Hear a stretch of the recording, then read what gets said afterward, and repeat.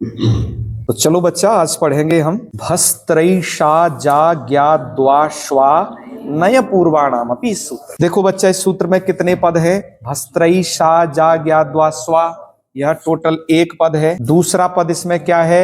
नय पूर्वाणाम। और तीसरा पद है अपि। किस पद में क्या विभक्ति है ये थोड़ा देख लीजिए। उल्टे से शुरू करते हैं। अपि अव्यय पद है, नय पूर्वाणाम ये षष्ठी है, बहुवचन है षष्ठी का। और भस्त्रैषा जा ज्ञा द्वा श्वा, यह टोटल एक पद है। यहाँ पर जो विभिन्न शब्द हैं बीच में छोटे छोटे, उन सब का समास हो गया है। समास होने से अनेक पद भी एक पद कहलाता है। यहाँ दिख तो प्रथमा रही है, लेकिन है ये षष्ठी। ये क्या है? इसलिए मूल कारण ने एक पंक्ति दी है बच्चा कि स्वेत्यंतम लुप्त षष्ठीकम पदम। मैंने आपको याद करवाया है ना।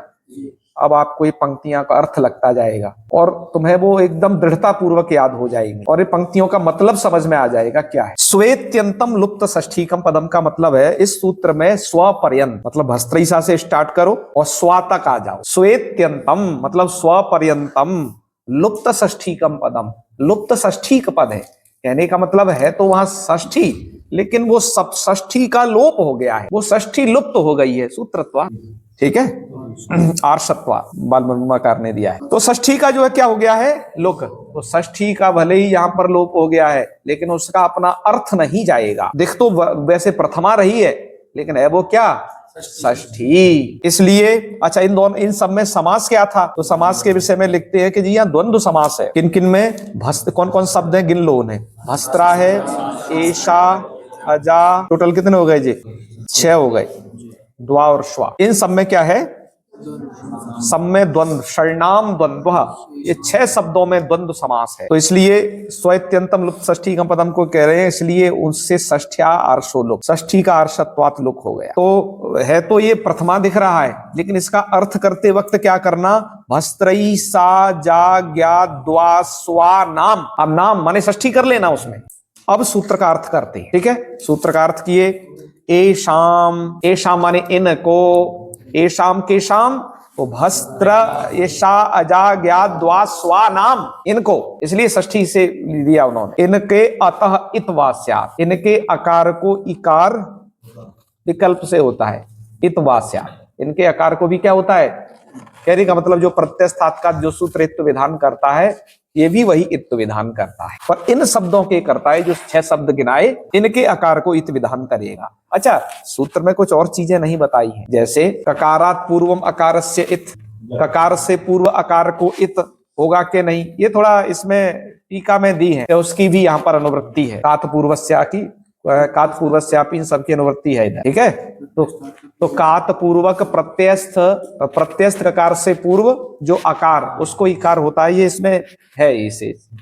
पर उसे देखो वृत्ति में यहाँ नहीं लिखा है दीक्षित जी ने, लेकिन तुम काशिका वृत्ति को देखोगे तो उसमें पूरा का पूरा अर्थ आपको मिलेगा। सिद्धांत कौमुदीकार बहुत शॉर्ट करके चलते हैं, कहीं पर लिखते हैं कहीं पर नहीं भी लिखते हैं, जिससे कि उन्हें पता है कि अर्थबोध छात्रों को प्रत्ययस्थात् का सूत्र से हो चुका है, वैसा यहाँ पर भी समझ लेंगे तो थोड़ा सा अर्थ करके निकल जाते हैं। ये एशाम अतित्वास्यात् ऐसा लिखते हैं, काशिकाकार एशाम भी सब ऐसे सर्वनाम शब्दों का प्रयोग नहीं करते, वो तो पूरे के पूरे शब्द गिनवाएंगे, ठीक है। वो वृत्ति उन्होंने जो लिखा है तो वो सरल होता है, इसलिए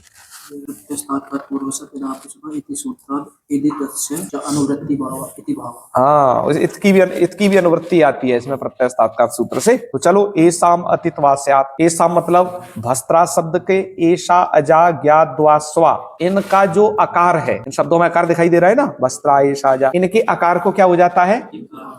इत हो जाता है, विकल्प से हो जाता है, ठीक है। एक शब्द और दिया कि केवल इनका ही नहीं, नय पूर्वाणाम अपि, यदि ये शब्द 6 शब्द यदि नय पूर्वक भी रहेंगे तब भी इनके आकार को इत हो जाएगा। नय पूर्वक भी मतलब क्या है? यदि इन शब्दों का नय समास भी हो जाएगा, नय के साथ में इनका समास भी हो जाएगा। नय समास समझते हो?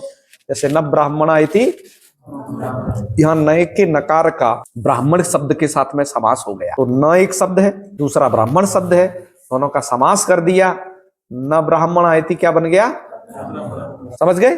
ऐसे ही सूत्रकार ने कहा ये शब्द यदि नए पूर्वक भी हैं तब भी क्या हो जाता है? तब भी तो विकल्प हो जाएगा इन्हें। कहने का मतलब या तो भस्त्रा एषा अजा ऐसे अकेले अकेले पढ़ेगा ही, तब भी इनके आकार को इकार हो जाएगा। और यदि ये नए पूर्वक भी हैं, माने इनसे यदि नए समास भी हो गया है, तब भी क्या हो जाएगा, तब भी इत्व विकल्प हो जाएगा। उस पर दीक्षित जी ने एक पंक्ति लिखी कि उन्होंने कहा कि वास्तविक देखो, नए पूर्वानाम अपि ये जो पद है इसकी आवश्यकता है या नहीं, क्योंकि देखो नए पूर्वानाम अपि इस पद से ये हो रहा है कि भस्त्रा ऐसा अजा ये शब्द यदि नए पूर्वक भी है, कहने का मतलब है कि नए समास इनके साथ यदि हो गया है, ठीक है, जैसे भस्त्रा है तो भस्त्रा शब्द यदि अभस्त्रा बन जाए, दूसरा शब्द क्या है ऐसा है, ऐसा अनेशा बन जाए, ठीक है, ऐसे ही और जगह सब जगह नए समास में एक अ पहले जोड़ ले, समझ गए, तो उससे भी इत्व विधान करने के लिए नए पूर्वानाम अपि ये पद दिया। नए पूर्वानाम अपि जोड़ने से क्या होगा, ये शब्द या तो अकेले हो या इनका नए समास हो गया हो, यानी कि भस्त्रा शब्द में भी इत्व हो जाएगा और अभस्त्रा शब्द में भी क्या हो जाएगा, इसलिए दिया ना। कह रहे वस्तुतः यहाँ पर नए पूर्वानाम अपि देने की कोई जरूरत नहीं, दीक्षित जी कह रहे, ठीक है ना। क्यों, क्योंकि जो काम यहाँ नए पूर्वानाम अपि इस पद से हो रहा है वो काम तदंत विधि से ही हो जाएगा, क्योंकि पाणिनि जी तदंत विधि के लिए एक सूत्र बना चुके हैं ऑलरेडी, ठीक है। और उनका नियम ये भी है, पदांगाधिकारे तस्य च तदंतस्य च, एक ये रूल है, पद और अंग के अधिकार में। बालब्रह्मकार ने दिया पदांगाधिकारे तस्य च तदंतस्य च, अच्छा ये बालब्रह्मकार ने नहीं दिया, हमने दूसरे टीका से लिखा है कि पदांगाधिकारे तस्य च तदंतस्य च इति नियमेन पूर्व पद रहितानाम इतर पूर्वाणाम अपि सिद्ध। पद और अंग के अधिकार में जो कार्य कहे जाते हैं वो तस्य च, जिसको कहे जा रहे हैं उतने को तो वो कार्य होते ही हैं, बल्कि तदंतस्य च, यदि वो शब्द किसी के अंत में होता है तो उसको भी कार्य हो जाता है। ये इस परिभाषा का अर्थ है, ठीक है। अब देखिए भस्त्रा शब्द से इत तो होता है कि नहीं, अकेले से भस्त्र सूत्र द्वारा होता है, तो तदंत से भी हो जाएगा। ये तदंत का मतलब है यदि भस्त्रा शब्द किसी के अंत में आ गया, माने कि किसी दूसरे शब्द के साथ जुड़ गया, माने समास कर दिया, तो तब भी क्या हो जाएगा, तदंत विधि के द्वारा उसमें इत्व हो जाएगा। इत्व तो जैसे सूत्र भस्त्रा शब्द में इत्व करेगा, अभस्त्रा में करेगा कि नहीं, कर देगा, तदंत विधि के द्वारा ही कर देगा। परम भस्त्रिका में करेगा कि नहीं, परम भस्त्रिका में करेगा। निर्भस्त्रिका में करेगा कि नहीं, करेगा। भले ही सूत्र केवल भस्त्रा के द्वारा कहा गया, लेकिन तदंत विधि के द्वारा ये शब्द इनके साथ में भी रहेगा पठित, तब भी तो उनमें हो जाएगा, हो जाएगा ना। तो नए पूर्वानाम अपि देने की कोई जरूरत नहीं लगती। नए पूर्वानाम अपि देने से तो केवल नए पूर्वक हो पाएगा, निर और परम पूर्वक, निर्भस्त्रिका परम ये छूट जाएंगे। इससे बढ़िया तो ये करो नए पूर्वानाम अपि को हटा देना चाहिए था, क्योंकि जो काम तदंत विधि के द्वारा हो रहा है, और जबकि तंत्र विधि के द्वारा थोड़ा ज्यादा काम हो रहा है, नए पूर्वानाम अपि से तो केवल नए पूर्वक ही हो पाएगा, है ना। वो उसमें अभस्त्रिका में हो पाएगा, परम भस्त्रिका, निर्भस्त्रिका ये तो छूट ही जाएंगे उससे। इसलिए नए पूर्वानाम अपि ये देने की जरूरत पाणिनि जी को नहीं थी। वस्तुतः यदि दे दिया है तो उसे व्यर्थम नहीं लिखा कि नए पूर्वानाम अपि व्यर्थम, बल्कि लिखा कि नए पूर्वानाम अपि स्पष्टार्थम।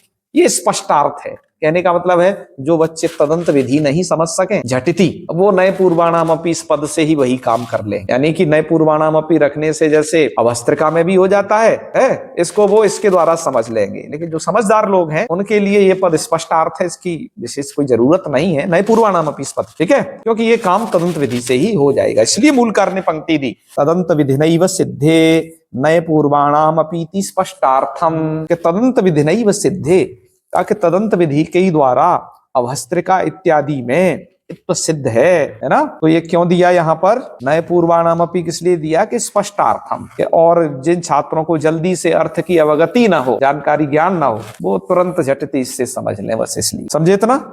चलो यहाँ तक कि ये बात जो रही ये अर्थ विषयक बात रही, अर्थ को लेकर के।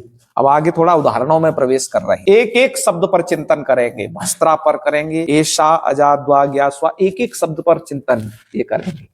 भस्त्रा शब्द की स्थिति को सबसे पहले क्लियर कर रहे हैं। प्रश्न कर रहे हैं जी भस्त्रा ग्रहणम किमर्थम, भस्त्रा शब्द का ग्रहण इस सूत्र में क्यों किया? तो तुम कहोगे जी इत्व विधान करने के लिए किया। भस्त्रा शब्द को क्या हो जाए, इससे भस्त्रा शब्द से भस्त्रिका बन जाए, इसलिए किया, है ना। तो कह रहे हैं कि भस्त्रा शब्द से यदि भस्त्रिका बनाना है तो आगे एक सूत्र है, पाणिनि जी एक दूसरा सूत्र और रचे हैं अपनी किताबिया में। देखो एक सूत्र दिया है अभाषित पुंसकाच्च, क्या शब्द दिए हैं? अभाषित पुंसकाच्य सूत्र ये कहता है, मैंने सूत्र के अर्थ को भी याद करने को आपसे कहा था, ये भी चौथा काम बताया था, ठीक है। मैं अपने जो भी कार्य देता हूं स्मरण रखता हूं कि मैंने क्या क्या कार्य तुम्हें दिया है, केवल अपने विषय को स्मरण नहीं रखता बल्कि तुम्हें दिए गए कार्य को भी स्मरण रखते हैं। अभाषित पुंसकाच्य का क्या अर्थ है बच्चा? आता है स्थानीय, आकार के स्थान पर इत कर रहा है ना। पर शब्द कैसा होना चाहिए? वो अभाषित पुंस्क होना चाहिए, तभी वो सूत्र लगेगा। अभाषित पुंस्क जानने से पहले तुम्हें भाषित पुंस्क जानना पड़ेगा। भाषित पुंस्क कौन जानता है? किसे कहते हैं भाषित पुंस्क? भाषित पुंस्क का मतलब क्या है? जिस प्रवृत्ति निमित्त है, सुनो बच्चा, तुम ये शब्दावली सुनते आए हो, शुद्धि और वारी शब्द पढ़े है ना तुमने। भाषित पुंस्क यानी कि जिस प्रवृत्ति निमित्त को लेकर के जो शब्द पुल्लिंग में पढ़ा गया है, उसी प्रवृत्ति निमित्त को लेकर के वह पुनः नपुंसकलिंग या स्त्रीलिंग में पढ़ा जाए, ऐसा शब्द भाषित पुंस्क कहलाएगा। फिर से सुनो, जिस प्रवृत्ति निमित्त कर, देखो भाषित पुंस्क शब्द देखो, भाषितः पुमान है, जो पुल्लिंग में भाषितः माने कहा गया है ना। तो जिस प्रवृत्ति निमित्त के को लेकर के जो शब्द पुल्लिंग में कहा गया हो, भाषितः पुंसी इति भाषित पुंस्का, और उसी प्रवृत्ति निमित्त को लेकर के वो शब्द स्त्रीलिंग या नपुंसकलिंग में पढ़ा जाए, ऐसा शब्द क्या कहलाएगा? भाषित पुंस्क कहलाएगा। जैसे उदाहरण के लिए जैसे तुम्हें बताते हैं, एक शब्द है सुधी। सुधी का प्रवृत्ति निमित्त, प्रवृत्ति निमित्त ये समझ लो, जिस अर्थ को लेकर के जो शब्द पुल्लिंग में पढ़ दिया और उसी अर्थ को लेकर के वो शब्द स्त्रीलिंग और नपुंसकलिंग में पढ़ा जाए, ऐसा शब्द भाषित पुंस्क कहलाएगा। भाषित पुंस्क माने पुल्लिंग में भाषित माने कह दिया गया, समझे। जैसे एक शब्द है सुधी। सुधी शब्द का अर्थ होता है सुंदर बुद्धि। अब बाला वाली ये बाद में देखें, ठीक है। सुधी शब्द पुल्लिंग में भी कहा जाता है, क्यों? सुंदर ध्यान कर्तृत्व अथवा सुंदर है बुद्धि, इसको लेकर के वो शब्द पुल्लिंग में कहा गया, और उसी अर्थ को लेकर के सेम वो शब्द स्त्रीलिंग में भी कहा गया और नपुंसकलिंग में भी कहा जाता है। इसलिए ये शब्द कैसा है? भाषित पुंस्क होता है। इसलिए सुधी शब्द का रूप पुल्लिंग भी चलता है, स्त्रीलिंग और नपुंसकलिंग भी चलेगा, पर ये शब्द भाषित पुंस्क कहलाते, समझे ना। इस प्रकार के सुधी शब्द हुआ, जैसे मधु शब्द है भाषित पुंस्क, यदि एक ही अर्थ में प्रयोग हो रहा है तो भाषित पुंस्क ऐसा शब्द कहलाएगा कि उसी अर्थ को लेकर के यदि वो पुल्लिंग में प्रयोग हुआ हो और अब जो है नपुंसकलिंग या स्त्रीलिंग में हो रहा है, तो ऐसा शब्द क्या कहलाएगा? भाषित पुंस्क कहलाएगा। और एक और बात समझ लो, जो शब्द नियत लिंगी शब्द हैं वो कभी भाषित पुंस्क नहीं हो सकते। नियत लिंगी माने कि जो शब्द नित्य स्त्रीलिंग हो या नित्य नपुंसकलिंग हो, वो कभी पुल्लिंग को कह ही नहीं सकते हैं। जैसे ज्ञानम शब्द है, ये कभी भी भाषित पुंस्क नहीं हो सकता, क्योंकि हमेशा हमेशा नपुंसकलिंग वाला है। हाँ, ठीक है। और जैसे गंगा शब्द है, क्योंकि भाषित पुंस्काच्य के उदाहरण में उन्होंने गंगा दिया है। गंगा शब्द ऐसा है कि वो कभी भी गंग ऐसा पुल्लिंग प्रयोग नहीं हो सकता। यानी कि जो शब्द यदि नित्य स्त्रीलिंग होगा या नित्य नपुंसकलिंग होगा, वही अभाषित पुंस्क की श्रेणी में आएगा। वस्त्रा शब्द कैसा है, इसकी चर्चा कर लें, क्योंकि सूत्र में वही है। वस्त्रा शब्द नित्य स्त्रीलिंग है। वस्त्रा शब्द कैसा है? तो जब ये शब्द नित्य स्त्रीलिंग है तो ये भाषित पुंस्क हुआ या अभाषित पुंस्क हुआ? समझ गए ना इस ट्रिक को? तो इसलिए ये शब्द अभाषित पुंस्क है, क्योंकि पुल्लिंग में ये कहा ही नहीं गया है, पुल्लिंग में है ही नहीं ये शब्द, ये तो नित्य स्त्रीलिंग है गंगा शब्द की तरह। वस्त्रा किसे कहते हैं हम बताइए कहानी पूरी क्या होती है? मशक, इसमें पानी भर के ले जाते थे, अंधेर नगरी वाली कहानी तुमको सबको सुना रखी है। वस्त्रा शब्द नित्य स्त्रीलिंग होने से कैसा है? अभाषित पुंस्क होने से अभाषित पुंस्काच्य सूत्र के ही द्वारा उसके आकार को इत्व हो जाएगा, विकल्प से हो जाएगा। तो वस्त्रैषा सूत्र में वस्त्रा शब्द को नहीं देना चाहिए था, फिर भी दिया है, तो वस्त्राग्रहणम किमर्थम, ये प्रश्न उठता है? तो उसका उत्तर दे रहे हैं। वस्त्राग्रहणम किमर्थम, इसका उत्तर दिया वस्त्राग्रहणम उपसर्जनार्थम। वस्त्राग्रहण उपसर्जन के लिए है। उपसर्जन के लिए है मतलब कि जब वस्त्रा शब्द का अर्थ समास हो जाने के कारण परिवर्तित हो जाएगा, तो वस्त्रा शब्द का अर्थ उपसर्जन हो जाएगा। उपसर्जन मतलब प्रधान नहीं रहेगा, अप्रधान हो जाएगा या गौण हो जाएगा। ठीक है, ध्यान दो। वस्त्रा शब्द जब अकेला है तब तो वो उसको कह रहा है मशक अर्थ को, तब तो वो नित्य स्त्रीलिंग है। ऐसे नित्य स्त्रीलिंग शब्द माने वो शब्द अभाषित पुंस्क है। ऐसे अवस्त्रा शब्द से यदि इत्तो करना है तो अभाषित पुंसकाच्य सूत्र जो इससे जस्ट आगे आ रहा है वही कर देगा उसको। इसके लिए भस्त्रा शब्द को इसमें नहीं पढ़ना चाहिए था, नहीं पढ़ना चाहिए था तो क्यों पढ़ा? तो कहा कि उपसर्जन के लिए, कि उपसर्जन भस्त्रा ग्रहण उपसर्जनार्थम। उपसर्जनार्थम माने यदि भस्त्रा शब्द का अर्थ समास हो जाने के कारण परिवर्तित हो गया है, तो समास हो जाने के कारण देखो जब आप बहुब्रीहि समास कर देते हो ना, है ना, तो वहां पर उस शब्द का अर्थ अपना चेंज हो जाता है। या निरादय क्रांताद्यर्थ इत्यादि वार्तिकों द्वारा जहां समास है वहां पर भी उपसर्जन की स्थिति आ जाती है। वहां पर उस शब्द का अर्थ प्रधान नहीं रहता है, उस शब्द का अर्थ अप्रधान हो जाता है। जैसे उदाहरण के लिए एक तो मैं बताएं, एक शब्द इस भस्त्रा का यदि निर के साथ समास कर दिए तो निर्गता भस्त्रा है यस्याहा नगर्याहा, जिस नगरी से भस्त्रा निकाल दी गई है। अब यहां पर ये निर और भस्त्रा ये शब्द मिलकर के नगरी को कह रहे हैं, निर्गता भस्त्रा यस्या, ये किसको कह रहे हैं? अब ये भस्त्रा शब्द इसका अर्थ नहीं रहा, इन्होंने नगरी अर्थ को कहा, है ना। ये समास होने के कारण शब्द अपने बहुब्रीहि समास विशेष है, बहुब्रीहि समास में शब्द अपने अर्थ को छोड़ देते हैं, एक तीसरे अर्थ को कहने लग जाते हैं। जैसे पीतांबर, इसका उदाहरण देखिए, पीत और अंबर, अंबर माने कपड़ा, अरे तो पीला और कपड़ा ये जब तक समास नहीं थे तब तक इनका अलग अलग अपना अर्थ है, लेकिन समास होकर के जब जुड़ गए तो पीतम अंबरम यस्य, पीले कपड़े वाले किसी तीसरे व्यक्ति का माने भगवान कृष्ण का बोध कराने लग गए। नील और कंठ, नील एक कलर है, कंठ ये एक द्रव्य है, ये दोनों अलग अलग चीज थे, लेकिन जब ये दोनों जुड़ गए तो नीला कंठ यस्य असौ, भगवान शिव को कहने लग गए। समास हो जाने के कारण शब्द क्या हो जाते हैं? बहुब्रीहि समास से वो एक तीसरे अर्थ को कहने लग जाते। तो भाई भस्त्रा शब्द समास हो जाने के कारण बहुत जगह स्त्रीलिंग को ही नहीं कहेगा, बल्कि वो कभी नपुंसक लिंग को भी कहेगा और कभी पुल्लिंग को भी कह सकता है।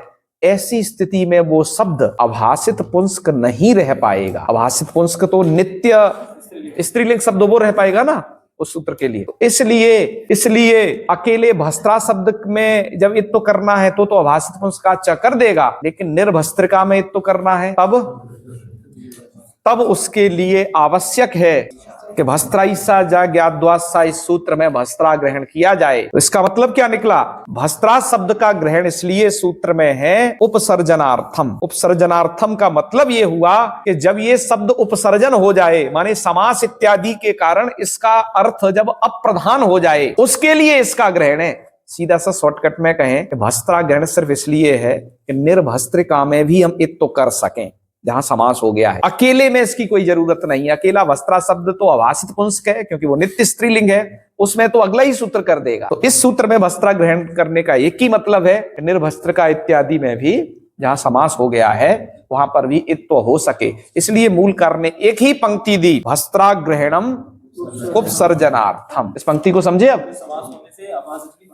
हाँ, जब समास हो जाएगा तो वो भाषित पुंस्क हो जाएगा, क्योंकि वो तीनों लिंगों में फिर प्रयोग हो सकता है। भाषित पुंस्क का ही से जाता है, इसका पुल्लिंग में भी प्रयोग, तीनों लिंगों में प्रयोग होने से पुल्लिंग में हो गया क्या? नहीं, बिल्कुल हो गया। बाल मनुमाकार ने भी सब बात दी है कि ननु भस्त्रा शब्दस्य, मैं थोड़ा पढ़ देता हूं इसे, ननु भस्त्रा शब्दस्य नित्य स्त्रीलिंगतया अभाषित पुंसकाच्येति उत्तर सूत्रेणैव सिद्धे, उत्तर सूत्रेणैव इत्तो विकल्प सिद्धे, वहां आगे लिख भी रहे उत्तर सूत्रेणैव इत्तो विकल्प सिद्धे इह भस्त्रा ग्रहणम व्यर्थम। कहा कि यहाँ पर तो ये हमारे इस सूत्र में तो भस्त्रा ग्रहण व्यर्थ लगता है। इत्यत आह, ऐसी संख्या होने पर आह माने कह रहे हैं भस्त्रा ग्रहणम उपसर्जनार्थम इति। मतलब क्या है इसका बता रहे हैं, भस्त्रा निर्भस्त्रिका इति उपसर्जनत्वे, निर्भस्त्रिका में जहां पर ये भस्त्रा शब्द समास होने के कारण उपसर्जन हो गया, माने इसका अर्थ अप्रधान हो गया। अब ये मशक कोई नहीं कह रहा है, बल्कि और भी जहां से भस्त्रा निकाल दी गई ऐसे इसका कभी उसका विशेष पुल्लिंग होगा, कभी स्त्रीलिंग नपुंसक लिंग भी हो सकता है। तो कह रहे हैं निर्भस्त्रिका इति उपसर्जनस्त्वे त्रिलिंगतया, तभी शब्द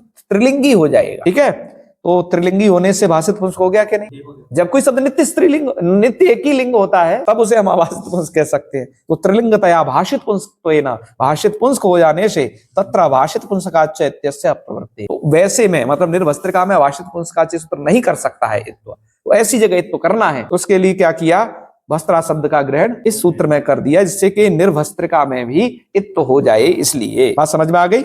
एक पंक्ति और, अन्यस्य तु उत्तर सूत्रेण सिद्धि। ठीक है, अन्यस्य तु का मतलब क्या है? अन्यस्य तु से तुम भस्त्रा शब्द को छोड़ करके और अर्थ आपको नहीं लेने हैं, भस्त्रा शब्द को छोड़ करके, क्योंकि भस्त्रा शब्द एक हो गया और ये सा ज्ञा द्वा स्वा, ये अन्य से नहीं लेना है। अन्य का मतलब ये है उपसर्जनात् अन्यस्य भस्त्रा शब्दस्य, उपसर्जन से भिन्न जो भस्त्रा शब्द है। आयुष ध्यान दे, जैसे निर्भस्त्रिका, यहाँ पर ये शब्द जो है उपसर्जन हो गया। ठीक है, क्योंकि भस्त्रा ग्रहण उपसर्जनार्थम है कि निर्भस्त्रिका में भी इत्तो विधान करने के लिए। और अन्य से तो उत्तर सूत्रेण सिद्धम का मतलब है कि उपसर्जन से भिन्न जो भस्त्रा शब्द है, यानी का मतलब अकेला भस्त्रा शब्द, यानी कि भस्त्रिका शब्द अथवा परम भस्त्रिका शब्द। भस्त्रिका शब्द अकेला है, इसे बस का प्रत्यय कर दिया है तो भस्त्रिका बन गया। और परम भस्त्रिका, परमास चासौ भस्त्रिका च, यहाँ पर भी समास है पर ये बहुब्री समास नहीं, ये क्या है? तत्पुरुष समास है। ठीक है, और उपसर्जन कब होता है? बहुब्री समास होने पर, समझ रहे हो?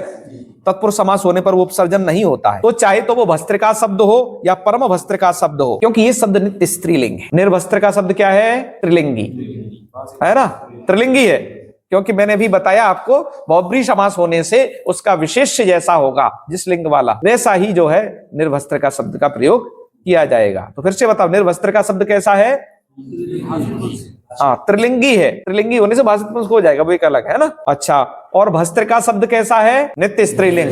परम भस्त्रिका शब्द कैसा है? नित्य स्त्रीलिंग। ये भी परम भस्त्रिका शब्द नित्य स्त्रीलिंग है, क्योंकि यहाँ बहुब्री समास नहीं, समास तो है लेकिन बहुब्री नहीं है, इसलिए नित्य स्त्रीलिंग है तत्पुरुष होने से। तो नित्य स्त्रीलिंगतया, तो ये तो शब्द नित्य स्त्रीलिंग है दोनों, है तो अभाषित पुंसकाच्य इनमें लग जाएगा कि नहीं? भस्त्रिका में और परम भस्त्रिका में तो कर देगा कि नहीं? क्योंकि नित्य स्त्रीलिंग होने से अभाषित पुंसक होंगे। अभाषित पुंसक होने से क्या होगा? अभाषित पुंसकाच्य इति सूत्रेण पाक्षिकमित्वम सिद्धम। तो इसलिए कहा अन्यस्य तु उत्तर सूत्रेण सिद्धम। अन्यस्य तु का मतलब है भस्त्रिका और परम भस्त्रिका शब्द, इन जगह तो उत्तर सूत्र से इत्व सिद्ध है ना। और जब निर्भस्त्रिका शब्द है अकेला, उपसर्जन माने उसका अर्थ उसका जो है क्या है? अप्रधान हो गया है, मतलब उसका अर्थ प्रधान नहीं रहा। निर्भस्त्रिका में भस्त्रा शब्द का अर्थ प्रधान नहीं रहता, एक तीसरा अर्थ निकल के आता है, जैसे पीतांबर अनिल कंठाना जैसे निकल के आता है। तो वहां पर भस्त्रा ग्रहण, इस सूत्र में जो भस्त्रा का ग्रहण किया गया वो इसलिए किया गया है कि उपसर्जन जो निर्भस्त्रिका शब्द है वहां पर इत्व विधान करने के लिए। एक बार बात को संकलित रूप से समझ लीजिए, दो पंक्ति है, भस्त्रा ग्रहणम उपसर्जनार्थम अन्यस्य तु उत्तर सूत्रेण सिद्धम। भस्त्रा का ग्रहण क्यों किया गया है? उसका एक उत्तर दें कि उपसर्जनार्थम, माने कि जब भस्त्रा शब्द उपसर्जन हो जाता है उसमें भी इत्व करना है, यानी कि जब वो शब्द निर्भस्त्रिका बन जाता है उपसर्जन होने के कारण, माने बहुब्री समास होने के कारण, तो वहां पर भी इत्व होना है। इसलिए भस्त्रईशा सूत्र में क्या किया गया? भस्त्रा ग्रहण किया गया। क्या भस्त्रईशा सूत्र में भस्त्रिका शब्द की सिद्धि के लिए या परम भस्त्रिका शब्द की सिद्धि के लिए इत्व किया गया है? नहीं। क्यों? क्योंकि भस्त्रिका शब्द जब अकेला होगा, है ना, उपसर्जन नहीं होगा, और या फिर परम भस्त्रिका शब्द रहेगा ही, ठीक है, तत्पुरुष समास वाला, तो ये शब्द तो कैसे होंगे? नित्य स्त्रीलिंग वाले। तो इनके नित्य स्त्रीलिंग होने से किससे इत्व सिद्ध हो जाएगा? अभाषित पुंसकाच्य से सिद्ध हो जाएगा। तो इसलिए कहा अन्यस्य तु उत्तर सूत्रेण सिद्धम। अन्यस्य का मतलब है उपसर्जन भस्त्रा शब्द से भिन्न जो शब्द बचे, भस्त्रिका और परम भस्त्रिका, इनमें जो इत्व है वो किस सूत्र से सिद्ध है? अभाषित पुंसकाच्य सूत्र से सिद्ध है। तो फिर केवल अब यही सार निकला कि इस सूत्र में जो भस्त्रा ग्रहण किया गया है वो निर्भस्त्रिका जैसे उपसर्जन शब्द में, उपसर्जन मतलब जहां पर भस्त्रा शब्द का कोई अर्थ न रहा, अपना भस्त्रा शब्द का अर्थ प्रधान न रहा, गौण हो गया, ठीक है, क्योंकि निर्भस्त्रिका किसको कहा जाता है? कोई नगरी या कुछ ऐसा तीसरा, है ना, पीतांबरा की तरह, जहां तीसरे अर्थ की प्रधानता हो जाती है दो पदों के अलावा। तो इसलिए भस्त्रा ग्रहण को कहा गया है कि ये जो है उपसर्जन के लिए इसमें भस्त्रा शब्द का ग्रहण किया गया है। तो आज यहीं तक बताते हैं, इसके बाद आपको एषा और द्वा के विषय में कल बताते, ठीक है। एषा अजा द्वा, ये बचे ना। इस सूत्र के अभी तक आप उदाहरण नहीं पढ़ रहे हो, बल्कि ये पढ़ रहे हो कि ये सूत्र के उदाहरण कौन कौन बन सकते हैं, कौन इसके नहीं बन सकते, भस्त्रा ग्रहण का क्या प्रयोजन है, ये आपने पढ़ा। भस्त्रा के बाद दिया इन्होंने, अब एषा देना था, है ना, एषा। तो एषा के बाद कौन शब्द है इसमें? नहीं, सूत्र में एषा के बाद अजा शब्द है। अजा के बाद कौन है? ये अजा और ज्ञा दो शब्दों के विषय में कोई चर्चा नहीं की। एषा को पकड़े और द्वा को पकड़े, उन दो शब्दों के विषय में कुछ विशेष है, उसे बतला रहे हैं। उसके लिए मूलकार ने पंक्ति लिखी कि एषा द्वा एतयोस्तु सपूर्वयोर नेत्वम। एषा शब्द और द्वा शब्द, ये दो शब्द पकड़ लो इसमें से। इनको सपूर्वयो न इत्वम। सपूर्वयो का अर्थ क्या है? सपूर्वयो में एक समास है। सपूर्वयो शब्द का अर्थ है विद्यमान पूर्वयो। सपूर्वयो का अर्थ क्या है? विद्यमान पूर्वयो हो। ठीक है, तो विद्यमान पूर्वयो हो, ऐसा टीकाकारों ने इसका अर्थ किया है पूर्वावयव सहितयो हो अथवा विद्यमान पूर्वयो हो। विद्यमान पूर्वयों का सीधा सा हिंदी में अर्थ है, समझिए, एषा और द्वा शब्द जब विद्यमान पूर्व रहेंगे, विद्यमान पूर्व मतलब इनसे पूर्व में कुछ शब्द विद्यमान रहेगा। कहने का मतलब ये शब्द अकेले नहीं, बल्कि इन एषा शब्द से और द्वा शब्द से, इन दो शब्दों से कोई शब्द पूर्व में विद्यमान रहेगा, तो वो तब ये क्या कहलाएंगे? ये सपूर्व कहलाएंगे। ये शब्द सपूर्व कहो या विद्यमान पूर्व कहो, एक ही बात है। इनसे कोई पूर्व पद कैसे विद्यमान रह सकता है? उसका इसके साथ समास हो जाए, समास हो जाने से वो विद्यमान रहेगा। तो एषा द्वा एतयो हो, एषा द्वा, ये दो शब्द, इनको, एतयो हो माने इन दोनों को, सपूर्वयोर नेत्वम, इनसे कुछ विद्यमान पूर्व में होगा, तो इनको न इत्वम, तब इनको इत्व नहीं होना है। ये अभी ये बिल्कुल नहीं बता रहे हैं कि इनको इत्व होता है कि नहीं ये नहीं कह रहे हैं, ठीक है, बल्कि ये बता रहे हैं सबसे पहले कि इनको कुछ विद्यमान पूर्व में होगा, ये सपूर्व होंगे तब इनको इत्व नहीं होता। इसलिए ये सूत्र अद्भुत है। यहां पहले उदाहरण नहीं प्रस्तुत किए जा रहे, बल्कि प्रत्युदाहरण पे प्रत्युदाहरण प्रस्तुत किए जा रहे हैं। सबसे पहले ये नहीं कहा जा रहा कि भस्त्रईसा सूत्र में अब जो ऐसा शब्द है इसका उदाहरण बता दो, द्वा शब्द है इसका उदाहरण बता दो, वो आगे बताएंगे, पहले सब इन बातों को कह लेंगे, ठीक है। इस सूत्र के अंत में सब उदाहरण एक लाइन से दे दिए हैं। अभी तो बस ये बता रहे हैं कि ऐसा शब्द और द्वा शब्द, ये सब जब सपूर्व रहेंगे माने विद्यमान पूर्व रहेंगे, तब इनको इत्व नहीं होगा। भाई क्यों नहीं होगा, ये तो प्रश्न उठेगा।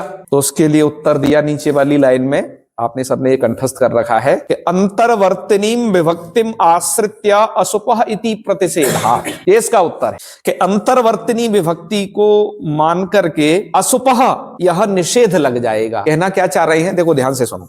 आपने एक सूत्र प्रत्ययस्थात्कात सूत्र पढ़ा था, प्रत्ययस्थात्कात सूत्र में भी ये शर्त थी, अशुपः का अर्थ किया था स आपः सुपः परो न चेत। वो सूत्र भी इत्व तभी करता था जब वो आप मतलब जो टाप का आ है वो सुप से परे नहीं होना चाहिए, स आपः सुपः परो ये कहा था। कहा कि इस सूत्र में भी अशुपः पद की अनुवृत्ति है। इस सूत्र में भी क्या है,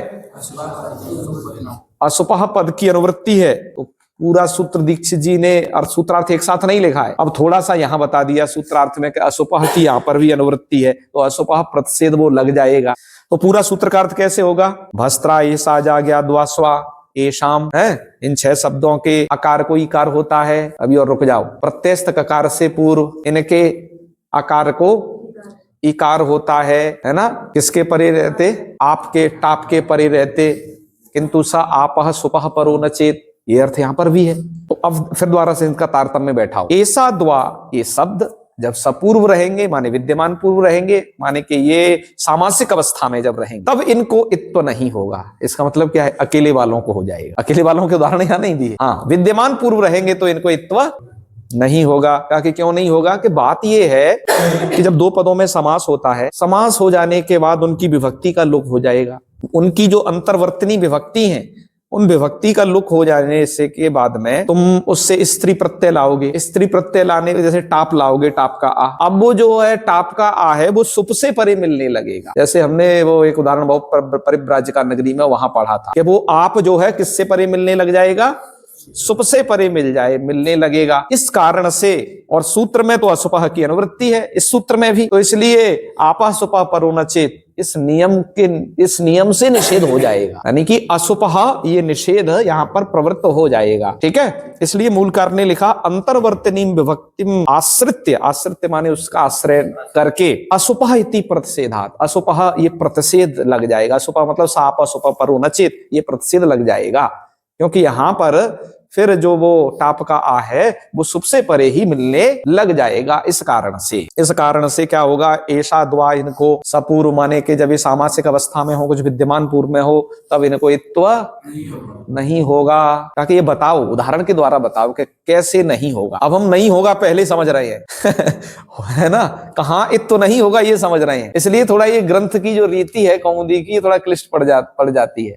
जबकि समझना हमें ये पहला चाहिए कि कहाँ भैया ये लगेगा, इनके लगने वाले उदाहरण तो वो आगे आएंगे, मैं उन्हें वहां बता दूंगा। अब ये यहाँ कैसे नहीं लगता है, कब कैसे जो है ऐशा और शब्द, अब मैं क्या समझाने वाला हूं थोड़ा समझो। ऐशा और द्वा ये शब्द है, कहाँ ये विद्यमान पूर्व में रहेंगे, माने कहाँ ये सामासिक अवस्था में रहेंगे। और समास होने के बाद वहां पर जो विभक्ति आती है, विभक्ति का लुक होता है समास में।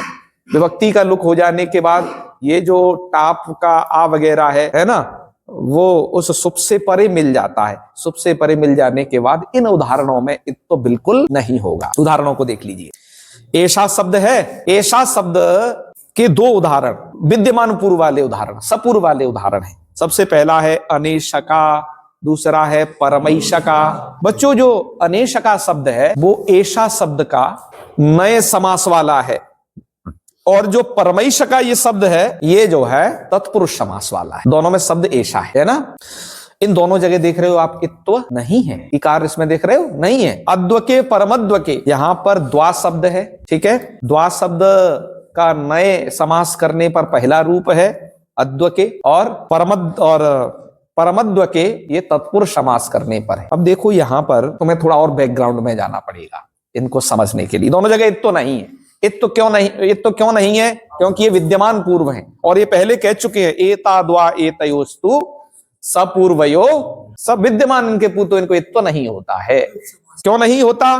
क्योंकि अंतर्वर्तनी विभक्ति को आश्रय मान करके वो जो टाप का आ है वो सुप से परे मिलने लगता है, इस कारण से नहीं होता है। अब इनकी प्रक्रिया को समझते हैं। ऐशा शब्द और द्वा शब्द बने कैसे, पहले हम देखो क्या समझेंगे, स्टेप बाय स्टेप में फिर बता रहा हूं। ऐशा शब्द और द्वा शब्द बना कैसे, समास हो जाने के बाद फिर वो कैसे बनेगा, और क्यों फिर वहां पर लास्ट में तो नहीं होता। ये तीन चीज स्टेप बाय स्टेप समझे। ऐशा का मूल प्रातिपदिक कौन है बताओ? एतद, ठीक है। एतद मूल प्रातिपदिक है। आपको यदि सर्वाधिगण याद हो, यद तद एतद, ये उसमें सब पढ़े गए हैं त्यदादिगण के अंतर्गत।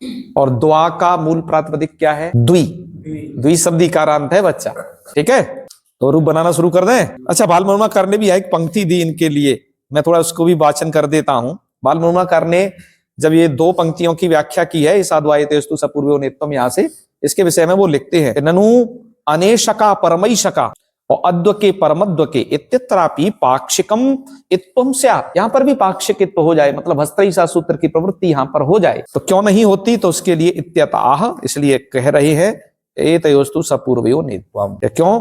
क्योंकि अंतर्वर्तनी विभक्ति माश्रित्य वाली बात। तो ये कहना चाहते हैं कि अस्मिन् सूत्रेपि असुपह इति अनुवर्तते, है ना। ये इदाप्य सुपह लिख गया है, यहाँ असुपह इति अनुवर्तते। इस सूत्र में भी असुपह की अनुवृत्ति होती है, जिसके कारण से ऐसा अर्थ बनेगा। अभी तुम वैसा अर्थ देखोगे ना गौरव, तो ऐसा अतित्वा स्यात्, वैसे मूल अर्थ में तो नहीं है वो चीज, लेकिन इसमें भी असुपह की अनुवृत्ति होती है।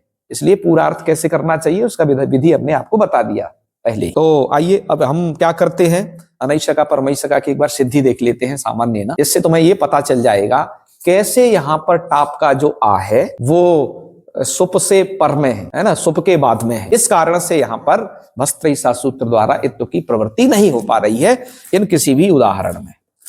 इसके लिए एतत् शब्द है मूल प्रातिपदिक, मैं यहाँ पर उसे लिखता चलता हूं, आप अपने कापियों में सुविधानुसार लिख लें। एतद शब्द है बच्चा, एतद शब्द से एक सूत्र है अव्यय सर्वनाम नाम अकच प्राक्टे। एतद शब्द दकारांत है, अव्यय सर्वनाम नाम अकच प्राक्टे। इस सूत्र के द्वारा टी से पूर्व अकच प्रत्यय कर दीजिए। एतद में टी संज्ञक भाग कौन है? अद। अव्यय सर्वनाम नाम अकच प्राक्टे, सब बाल मनोरमाकार ने लिखा है, मैं उन्हीं पंक्तियों को देख करके यथावत आपको ये रूप सिद्धि करवा रहा हूं। तो एतद शब्द से जब तुम अकच करोगे तो ध्यान रखना, एता को इस साइड कर देना, अद को उधर, और बीच में अकच घुसा लेना, क्योंकि बीच में घुसेगा, अकच का अक बचेगा। स्थिति हो जाएगी आपकी ए, एत, अक और अद। यहां तक स्थिति हो गई। और इससे तुम सु प्रत्यय भी ले आओ एक वचन का, एतकद स। एक सूत्र है तदो सह सावनंत्यो हो, मूल में मूल कार ने लिखा है तदो सह इति तकारस्य सत्वे, त को क्या कर दिया इसने स, एतद शब्द में जो ता है ना, ता को दंत सा बना दिया ये सु, तदो सह सावनंत्यो, सु के परे रहते ही लगता है। स्थिति हो जाएगी ए स और अकच का अक लिख लो यथावत, और अद लिख लो, और प्रत्यय का स लिख लो बाद में प्लस सा, ऐसी स्थिति। इसके पश्चात एक सूत्र है आदेश प्रत्ययो। आदेश प्रत्ययो सूत्र से इण और कवर्ग से परे मूर्धन्य सकार करता है, तो इण हो गया ये ए तद का ए, और उससे परे अभी हम जो सकार किए हैं ता को सा, उस सा को मूर्धन्य कर लो, स्थिति हो जाएगी ए श, क्या हो गया, और ए श क और ए श क, और अद को साइड में लिख लो, ए शक अद स। यहां तक की स्थिति लिख ली। अब इसके बाद क्या करिए, एक सूत्र है त्यदादि नामः। त्यदादि नामः, त्यदादि नामः सूत्र से त्यदादियों को अकार अंतादेश करता है, तो त्यदादि को इसने कर दिया अकार अंतादेश। अकार अंतादेश किसको करेगा, देखो हमारी स्थिति अब तक हो चुकी है ए श क अद प्लस सा, इस सु प्रत्यय के परे रहते जो अद का द है ना, उस द को कर देगा ये अ, ह्रस्व आकार, तो स्थिति हो जाएगी ए स क अ, और द के स्थान पे भी अ, एक और आ जाएगा, फिर ये हो जाएगा स। अब क्या करिए, अब ये दो आकार हो गए एक जैसे, इन दोनों आकारों का अतो गुणे सूत्र से पररूप कर दीजिए, तो एक आकार रहेगा, तो स्थिति होगी ए श क, ये दोनों आकारों का एक आकार, और वो आकार मिला दो आप क में मिलाए रहो वो आकार, तो ए श क, अब ये क अदंत हो गया, ए श क अग्रे है स, क्या स्थिति हो गई, ए श क श अदंतत्वात्, ये अदंत है ए शक शब्द, स्त्रीत्व की विवक्षा में इससे कर दीजिए अब टाप प्रत्यय, स्थिति हो जाएगी ए शका, टाप प्रत्यय ए शक से होगा, ए शक बना लो पहले फिर टाप कर लो, तो बन जाएगा क्या ए शका। ए शका जब बन गया, अब ए शका ए शक टाप ऐसी स्थिति होगी ए शक आ, और ये दो आ में मतलब ए शक के क के अ में और टाप के अ में दोनों में सवर्ण दीर्घ कर लेना, तब ए शका बनेगा, बना लेगा उत्तम। तो ए शका सवर्ण दीर्घ कर दिया दोनों में, ए शका अग्रे स, अब जो सु का स है उसका हल आदि लोप कर देना, हल न्याभ्यो दीर्घा स्पर्तम, तो अब शब्द क्या बन गया तुम्हारा, ए शका बना लिए, ए शका शब्द बना लिए सब लोग, ए शका तक पहुंच जाओ। सबसे पहले हमने सफर तय किया एतद शब्द से ए शका तक का, ठीक बच्चा। अब आगे की स्थिति देखिए, ए शका बनने के बाद में विग्रह करिए, न ए शका, क्या विग्रह किया, न ए शका इति विग्रहे, ऐसा विग्रह किया, विग्रह करने के पश्चात अलौकिक विग्रह करना होता है, न ए सका ये लौकिक विग्रह किया, ठीक है, अलौकिक विग्रह करेंगे नय सु एतद सु, क्या क्या होगा, नय सु एतद सु, ये तुमने काम किया। हाँ, अब ए सका बनाने के बाद अब हम समास वाला काम कर रहे हैं, मतलब ए सका शब्द बन गया, अब इसे हम सपूर्व बनाना चाह रहे हैं, मतलब समास करने के बाद इसके विद्यमान पूर्व कुछ करना चाह रहे हैं। हाँ, नए तत्पुरुष है इसमें, तो नए तत्पुरुष जब आप करोगे तो अलौकिक विग्रह को स्मरण रखना, क्योंकि नय सु एतद सु, यहीं पर आपको वो प्रत्यय जो सुप प्रत्यय दिखेगा, है ना, और उसके बाद इसका लोप हो जाना है। अभी देखिए इसी के बाद वो ना वो टाप का आ मिलने वाला है, तो तब तक देखिए नए तत्पुरुष कर दिया। नए तत्पुरुष करने के बाद यहां पर सबसे पहले क्या करें, तो यहां पर कहा अंतरंगानपीति न्याय न त्यदादित्व प्रवृत्ति है प्रागेव, अंतरंगानपि इसकी प्रवृत्ति से पहले ही बहिरंगो लुक बाधते, ये नियम है, ठीक है।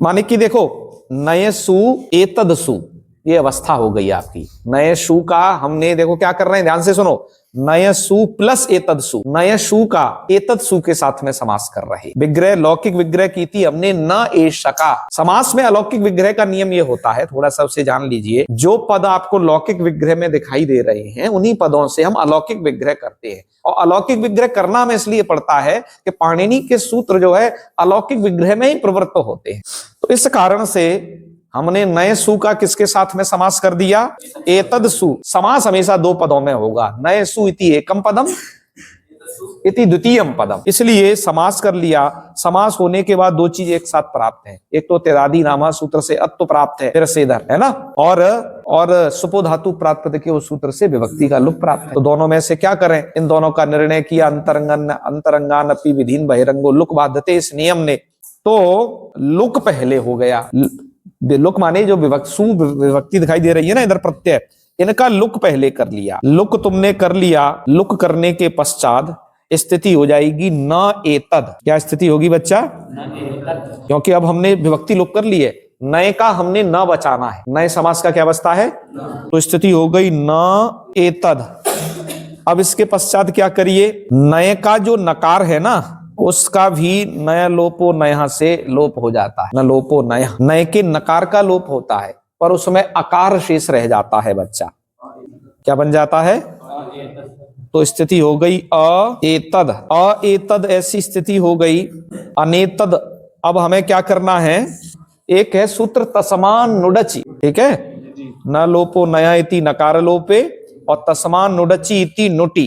तस्मान नुडची सूत्र से नुट होता है। तो भैया ये नुट कहां होगा? तो कह रहे हैं वो जो नए जो एतद शब्द है ना, ये उसके आदि में नुट हो जाएगा। तस्मान नुडची सूत्र के द्वारा ये एतद शब्द के आदि में नुट हो जाएगा। तो फाइनली देखो वो क्या होगा? अकार के पश्चात और एतद से पहले, माने बीच में नुट का ना रहेगा, नुट का केवल ना बचता है। तब स्थिति हो जाएगी आपकी अनेतद हो जाएगी। क्या हो जाएगी? अब जब बच्चा ये अनेतद स्थिति हो गई, अब अनेतद स्थिति से, अनेतद से अकच कर लिया, ठीक है, अनेतद शब्द से क्या किया? और ये अकच, और ये अद से पहले बैठेगा। अकच कहां बैठेगा? टी से पहले बैठेगा। तो अकच होने के बाद स्थिति हो जाएगी अने तकद। ऐसे डायरेक्ट स्थिति समझ लें, अने तकद तक बना लो। अब अने तकद में क्या है? देखो हमने जो एसका बनाया था वहां पर भी बहुत सारे इन्हीं सूत्रों की पुनरावृत्ति हुई थी। एतद शब्द से एसका बनाया था। एसका हमने बनाया क्या? विग्रह वगैरह करने। न एसका से फिर अनेसका बनाना शुरू किया, तो न सु एतद सु से फिर द्वारा से वही काउंटिंग हुई उन्हीं सूत्रों की। अब यहां पर भी आपने क्या कर लिया है? ये अकच प्रत्यय। तो अब तुम्हारा शब्द बन गया क्या? अने तकद। अब हम बनाना अने तकद से फिर से शुरू करेंगे। अने तकद शब्द से सू लाओ, ध्यान से सुनो फिर से। अने तकद अग्रे सू, सू का क्या बचेगा? स। अकच तुम कर चुके हो। अब तुम ये शब्द क्या है? त्यदादि गण में पढ़ा गया है, सर्वनाम शब्द। तो त्यदादि नामा लगाओ फिर से, बाद में करेंगे उसे, ठीक है। यही क्रम इन्होंने लिखा है, उसी क्रम के आधार पर। तो त्यदादि नामा लगा दोगे। त्यदादि नामा लगाने के बाद ये जो द है ना, द, ये अ में बदल जाएगा। तो स्थिति हो गई अने त क, और दा को कर लेना अ। अने त क अ, अग्रे है स। और ये दो अ हो गए आपके पास, एक अनेक के क में अ और एक है द में अ। अब इन दोनों को क्या करो? अतो गुणे से पररूप करो। स्थिति हो जाएगी फिर अने त क अग्रे स।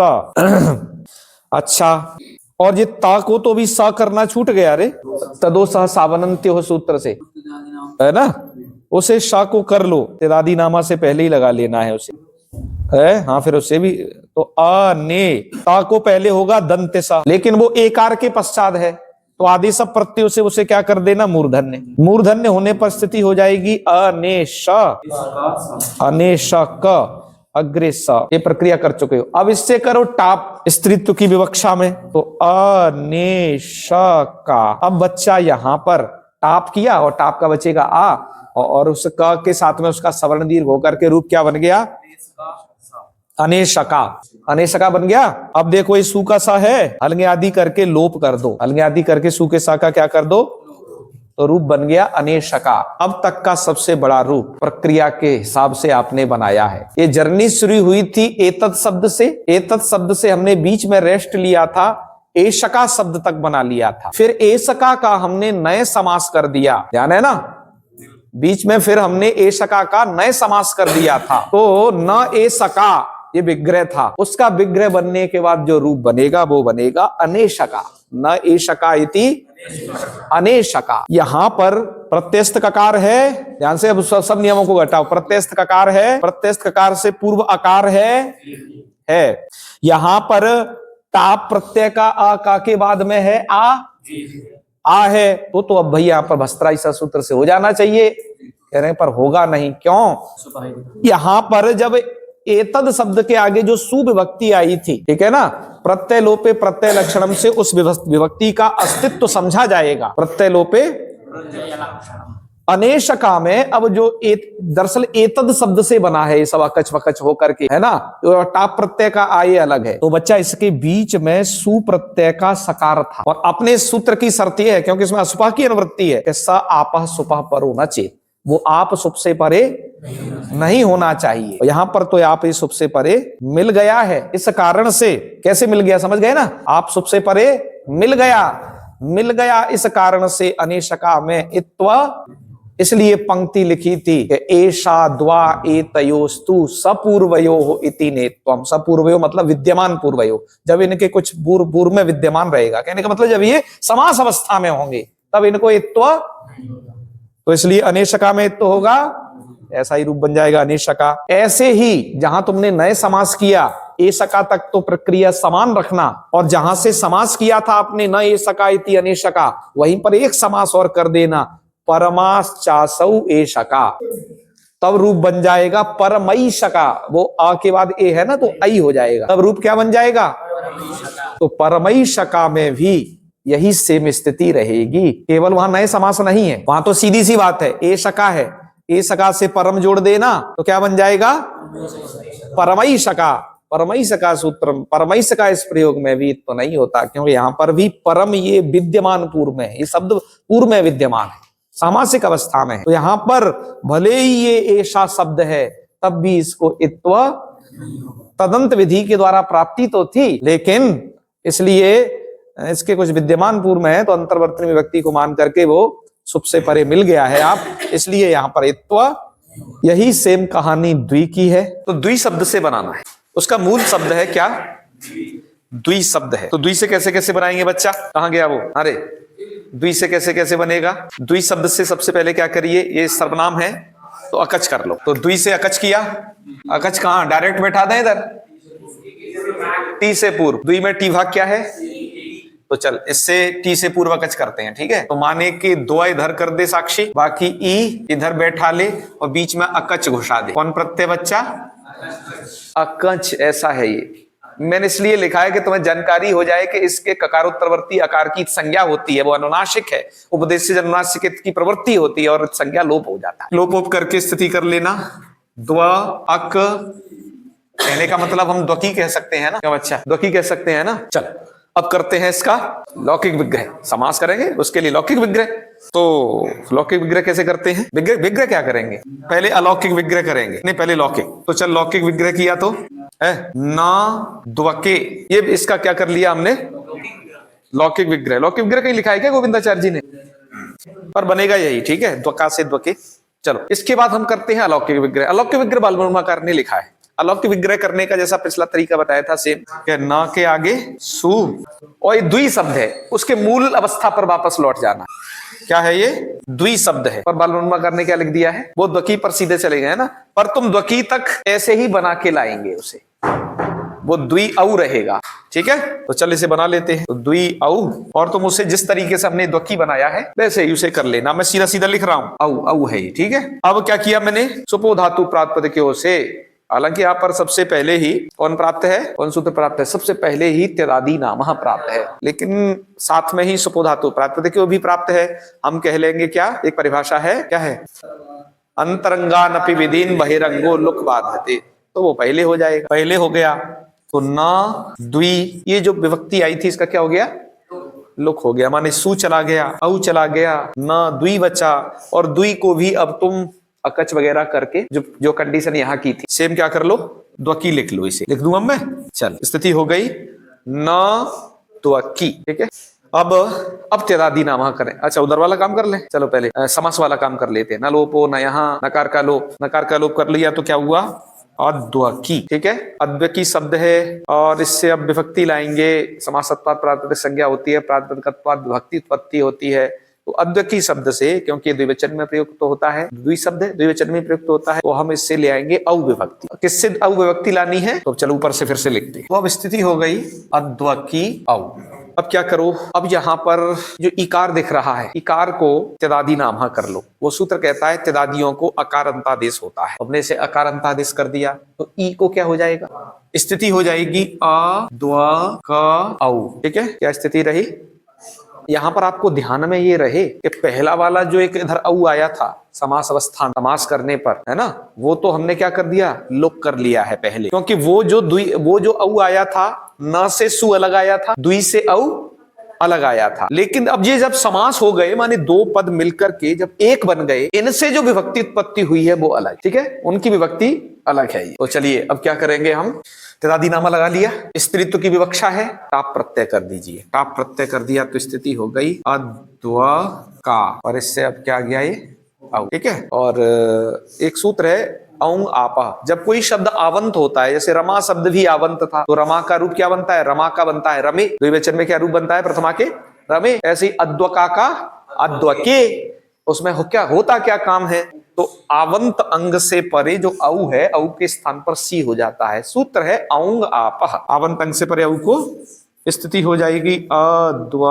का, सी को ई, मतलब ई ऐसा कर लेना, ये होता है इसको अद्व का ई। ठीक है, अब क्या करिए, आद्गुण सूत्र से गुण कर लीजिए, हाँ आद्गुणा से गुण हो जाएगा, तो स्थिति हो जाएगी अद्व का, आ और ई, इनमें गुण क्या होगा, ए, आ का कंठ, ई का तालु, कंठ तालु वाला है गुण संज्ञकों में एकार। ठीक है, तो क्या बन गया, अब देखो अद्व के में बच्चा, प्रत्यस्थ ककार से पूर्व है अकार, तो भस्त्रई सा ज्ञाद्वा स्व नए पूर्वाणाम अपि सूत्र के द्वारा, ये सूत्र क्या करता है, भस्त्रा ऐसा अजा द्वा, ये भले ही नए पूर्व रहे या नए पूर्व नहीं भी रहे, चाहे और कुछ पूर्व में हो, इनके कुछ भी विद्यमान पूर्व हो, तो इनके आकार को इकार होता है। ठीक है, लेकिन स आपह सुपह परो न चेत, वो जो है आप सुप से परे नहीं होना चाहिए। पर यहाँ तो जो ये आ है, इससे पहले की स्थिति में द्वि शब्द से औ आ चुका था और उसका लोप हो चुका था,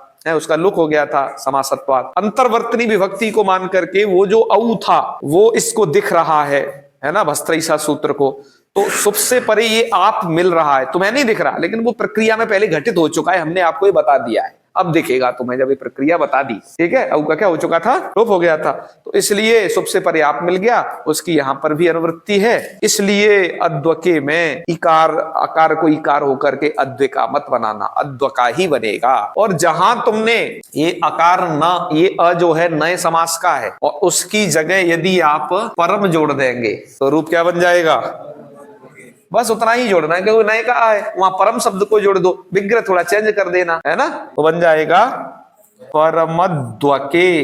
इन जगह कहां पर, इन जगह इकार नहीं होगा। अब मूल की पंक्ति पढ़ दो, मूल में क्या पंक्ति है, वही जो इससे ऊपर जो लिखी है,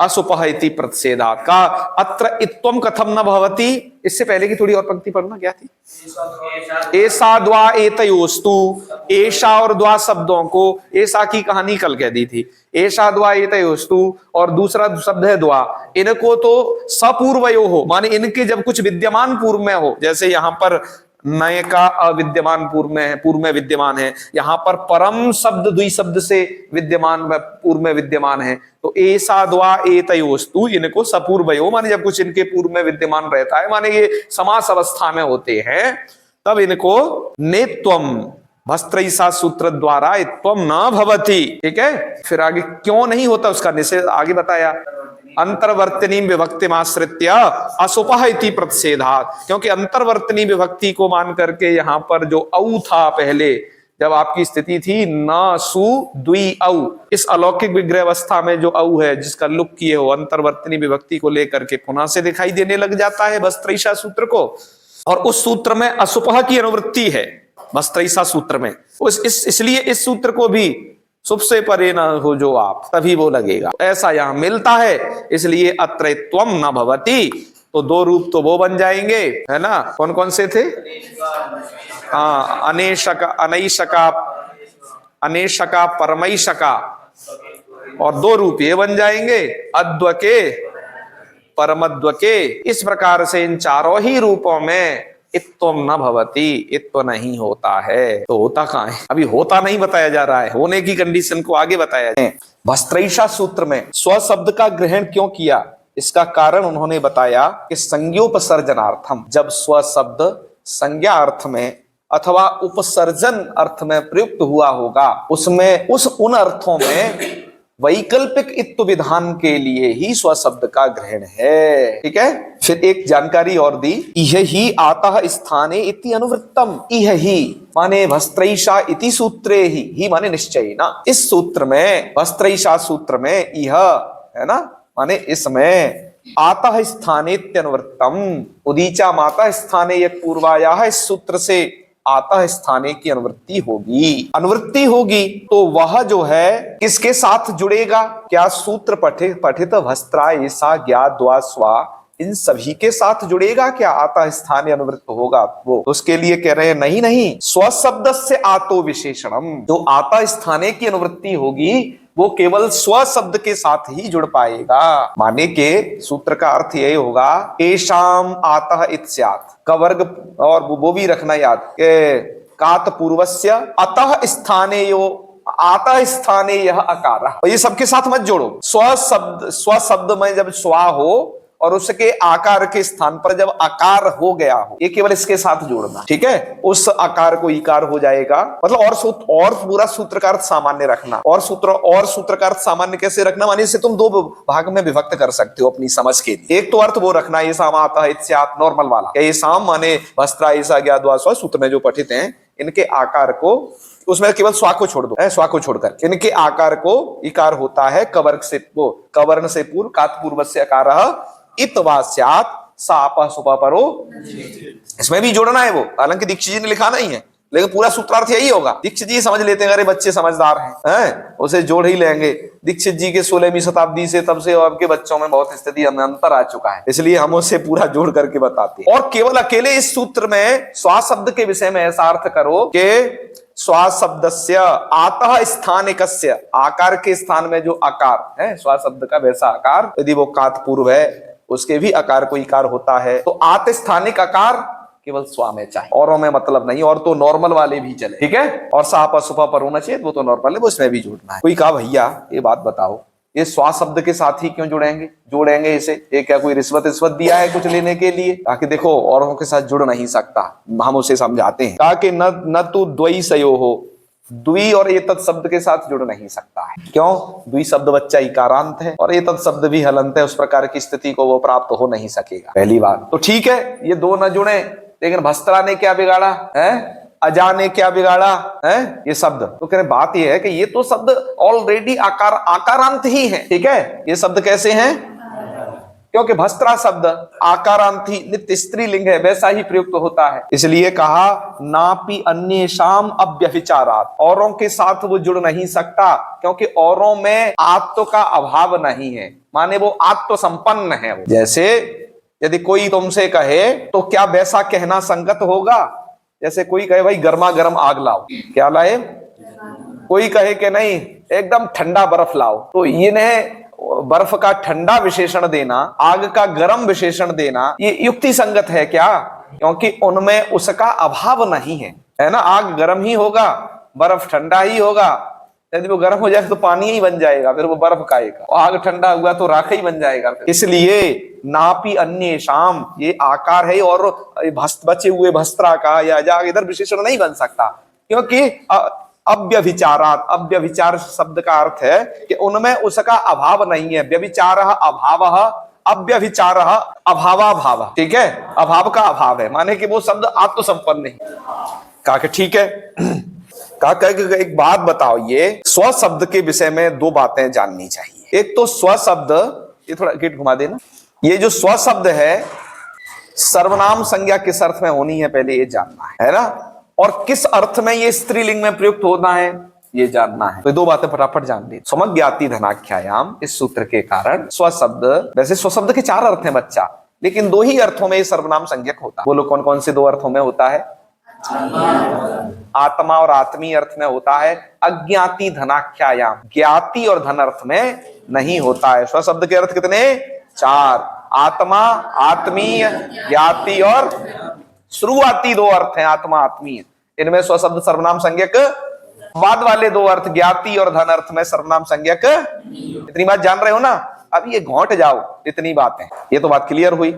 पर अब ये भी बता दीजिए इन चार अर्थों में से कौन से अर्थ में ये स्त्रीलिंग होता है? तो उसके लिए नियम ये किया गया है, चार अर्थों को स्टार्टिंग से लेते हैं। पहला वाला अर्थ पकड़ो आत्मा, और सबसे लास्ट वाला पकड़ो। इन अर्थों में ये शब्द क्या है ना? पुम नपुंसक है। मैंने डायग्राम में समझाया है ये सब, ठीक है? क्योंकि मैं पहले समझा करके तब पढ़ा रहा हूं तुम्हें, जिससे कि इन पंक्तियों का अर्थ लगा लो तुम सही से। अच्छा, और अब कौन से दो अर्थ बचे? आत्मीय अर्थ में क्या है? त्रिशु, तीनों लिंगों में है। और एक और कौन बचा? ज्ञाति अर्थ में ये पुल्लिंग है, नित्य। तो आत्मीय एक अर्थ ऐसा है जिसमें त्रिशु तीनों लिंग है, माने स्त्रीलिंग भी है। और उस अर्थ में क्या होता है? आत्मीय अर्थ में सर्वनाम संज्ञा भी है ना, है ना?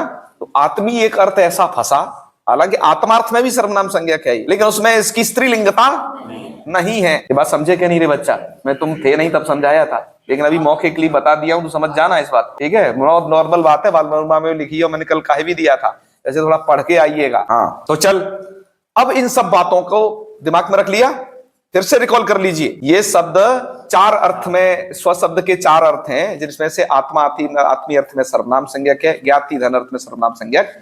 ये पहली बात समाप्त। दूसरी बात फिर ये है कि ये स्त्रीलिंग में कौन किन अर्थों में प्रयुक्त होगा अपने से? इन चार अर्थों में तो केवल आत्मीय अर्थ में ही स्त्रीलिंग में प्रयुक्त होगा, क्योंकि आत्मीय अर्थ में तीनों लिंगों में प्रयुक्त हो सकता है, बाकी अन्य अर्थों में ये तुमने बात समझ ली है, आगे की पंक्ति याद भी कर ली है, तो ये तुरंत लग जाए। अब मैं बताते जा रहा। स्व शब्दस्तु अनुपसर्जनम आत्मीयवाची। स्व शब्द जब अनुपसर्जन है, उपसर्जन का अर्थ होता है अप्रधान, अनुपसर्जन माने प्रधान, नए समास कर दिया, उसका विपरीत अर्थ आ गया।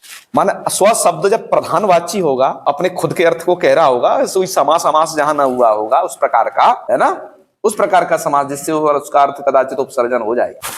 और यदि वो आत्मीयवाची है तो वो अकजरहा, वो अकच प्रत्यय के योग्य है, क्योंकि अकच प्रत्यय तो होता ही उनसे है जिनकी सर्वनाम संज्ञा होती है। तो ये आत्मीय अर्थ में है तो सर्वनाम संज्ञा होगी। क्यों? मैंने बताया आत्मीय अर्थ में, आत्मा और आत्मीय अर्थ में सर्वनाम संज्ञा होती है शब्द की, समझ लेना रतुड़ी। हाँ, तो इसलिए कहा स्व शब्द जब अनुपसर्जन है, आत्मीयवाची है, तो अकजरह, इससे अकच प्रत्यय कर लेना चाहिए। अर्थांतरे तु न स्त्री, स्व शब्द के और जो चार अर्थ हैं उनमें से आत्मीय अर्थ को छोड़ करके और जो तीन बच गए उनमें ये न स्त्री, उनमें ये स्त्रीलिंग प्रयोग होता ही नहीं है। पंक्ति लग गई। फिर कहते हैं संज्ञोपसर्जनी भूतस्तु क प्रत्यांतत्वाद भवत्य उदाहरणम। फिर इसका मतलब ये निकला कि स्व शब्द, ऊपर वाली बात को एक बार से कहे कि स्व शब्द अनुपसर्जन आत्मीयवाची होगा तभी अकच प्रत्यय के योग्य होगा। तो मैंने इसका उदाहरण वो बन सकता है। तो फिर कह रहे हैं कि नहीं, और भी उदाहरण बन सकता है। कहां? कि संज्ञोपसर्जनी भूतस्तु, यदि स्व शब्द संज्ञा अर्थ में प्रयुक्त कर दिया किसी का नाम, अथवा उपसर्जनी भूत, या ये उपसर्जन हो गया माने समास कर दिया तुमने, तब तो ये क प्रत्यय करके भी उदाहरण बन सकता है। पूर्व में कहा कि अकच प्रत्यय करके आत्मीय अर्थ में अनुपसर्जनवाची उदाहरण बनेगा, लेकिन क प्रत्यांत भी उदाहरण बन सकता है इस सूत्र का। ये स्व शब्द पर दो शर्त, या तो वो संज्ञा होना चाहिए या फिर वो उपसर्जन होना चाहिए। अभी सिर्फ हम थ्योरी बांच रहे हैं, कोई उदाहरण हम बनाया नहीं। आज हम पूरे उदाहरणों को बना डाले, ठीक है? क्योंकि इतना समझ लिया है तो उदाहरणों को करने में कुछ नहीं, वो समझ लेना। तो क प्रत्यांतत्वाद भवत्य उदाहरणम, क प्रत्यांत कब वो उदाहरण बनेगा? संज्ञा और उपसर्जन अर्थ में तो क प्रत्यय बनने पर भी उदाहरण बन जाएगा, और आत्मीय अर्थ में अनुपसर्जनवाची है तो अकच प्रत्यय होने पर बनेगा वो, ठीक है? अब सुन लीजिए वो क्या बनेगा, वो उसका उदाहरण अकच अर्थ में उदाहरण बनेगा कि नहीं वो समझ लीजिए। क प्रत्यांतत्वाद भवत्य उदाहरणम, ये तो साफ साफ लिखा है, अकच के लिए नहीं लिखा है। अकच की क्या स्थिति है वो सुनिए। एवं चात्मीयायाम स्विका, आत्मीय अर्थ में इसका बन गया स्विका, ठीक है, यानी कि अकच प्रत्यय हुआ। और परमस्विका इति नित्यमेवेत्वम, और परमस्विका ये रूप बने, ठीक है? यहां पर क्या हुआ? नित्यमेवेत्वम, यहां पर नित्य ही इत्व हुआ। तो स्विका परमस्विका में क्या है रे? क है। अभी उसकी अकच वाले की बात नहीं की जा रही, उसकी आगे करेंगे, क्योंकि वो तो यहां पर तो नित्य ही इत्व हुआ है स्विका और परमस्विका में। तो आत्मीय अर्थ में स्विका बन जाएगा, ठीक है? और उपसर्जन जहां हुआ होगा, देखो स्विका की सिद्धि कैसे की है इन्होंने, नहीं, क प्रत्यय करके किए के अकच करके, देखो क से किए ना, और परमस्विका में अकच करके बनाया है ना, ठीक है। नित्य में वेत्वम, चल ठीक है। संज्ञा उपसर्जनी भूतस्तु, ठीक है। अब देखो क्या स्थिति होगी। और आत्मीयवाची अकजरहा, और निस्वका में क प्रत्यय किया है, आगे चल के निस्वका में क प्रत्यय किया है ना। चल अब हम इसके तीन प्रत्यय, तीन को देख लेते हैं, तीन उदाहरणों को। देखो हमें कैसे देखना है, इसमें तीन कंडीशन हमारे पास आ गए। स्वशब्द अनुपसर्जनवाची जो है, देखो स्वशब्द की तीन कंडीशन। फर्स्ट कंडीशन अनुपसर्जन आत्मीयवाची, ठीक है। सेकंड कंडीशन संज्ञावाची, किसी का नाम, ओनली ऑन। थर्ड कंडीशन उपसर्जन, ठीक है। तीनों को अब देखो। सबसे पहले यदि स्वशब्द संज्ञा है, ठीक है, तो कह रहे हैं आत्मीयायाम स्विका, आत्मी अर्थ में जो है स्विका बनेगा, ठीक है। और परमस्विका, परमस्विका बनेगा। यहां पर इन अर्थों में वस्त्रईसा सूत्र की प्रवृत्ति नहीं हो रही है, केवल नित्यत्व हो रहा है, इसलिए कहा नित्य में वेत्वम। तो नित्यत्व किससे हो रहा है? प्रत्यय स्थात्कात के द्वारा। इसका मतलब फिर ये बनेगा कब? ये तो का प्रत्यय करने से तो ये बने, ठीक है। पर उपसर्जनी भूत का प्रत्यांतत्वात् भवत्य उदाहरणम। कौन से वाले में?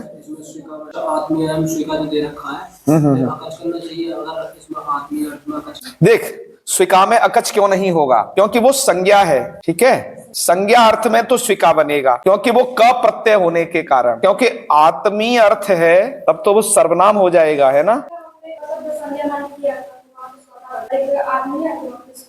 देखो संज्ञा अर्थ है, स्पष्ट देखो, ध्यान दो, संज्ञा अर्थ है तब तो अकच नहीं होगा, तब तो केवल क होगा। जहां पर क प्रत्यय, जहां पर तुम क प्रत्यय कर लोगे, ठीक है, तो संज्ञोपसर्जनी भूतास्तु का प्रत्यांतत्वात् भवत्य उदाहरणम, तो वो भी इसका उदाहरण बनेगा। लेकिन ऐसी स्थिति है आत्मी अर्थ का वाची है स्वशब्द, यदि आत्मी अर्थ का वाची है तो वहां पर अकच प्रत्यय करना पड़ेगा, है?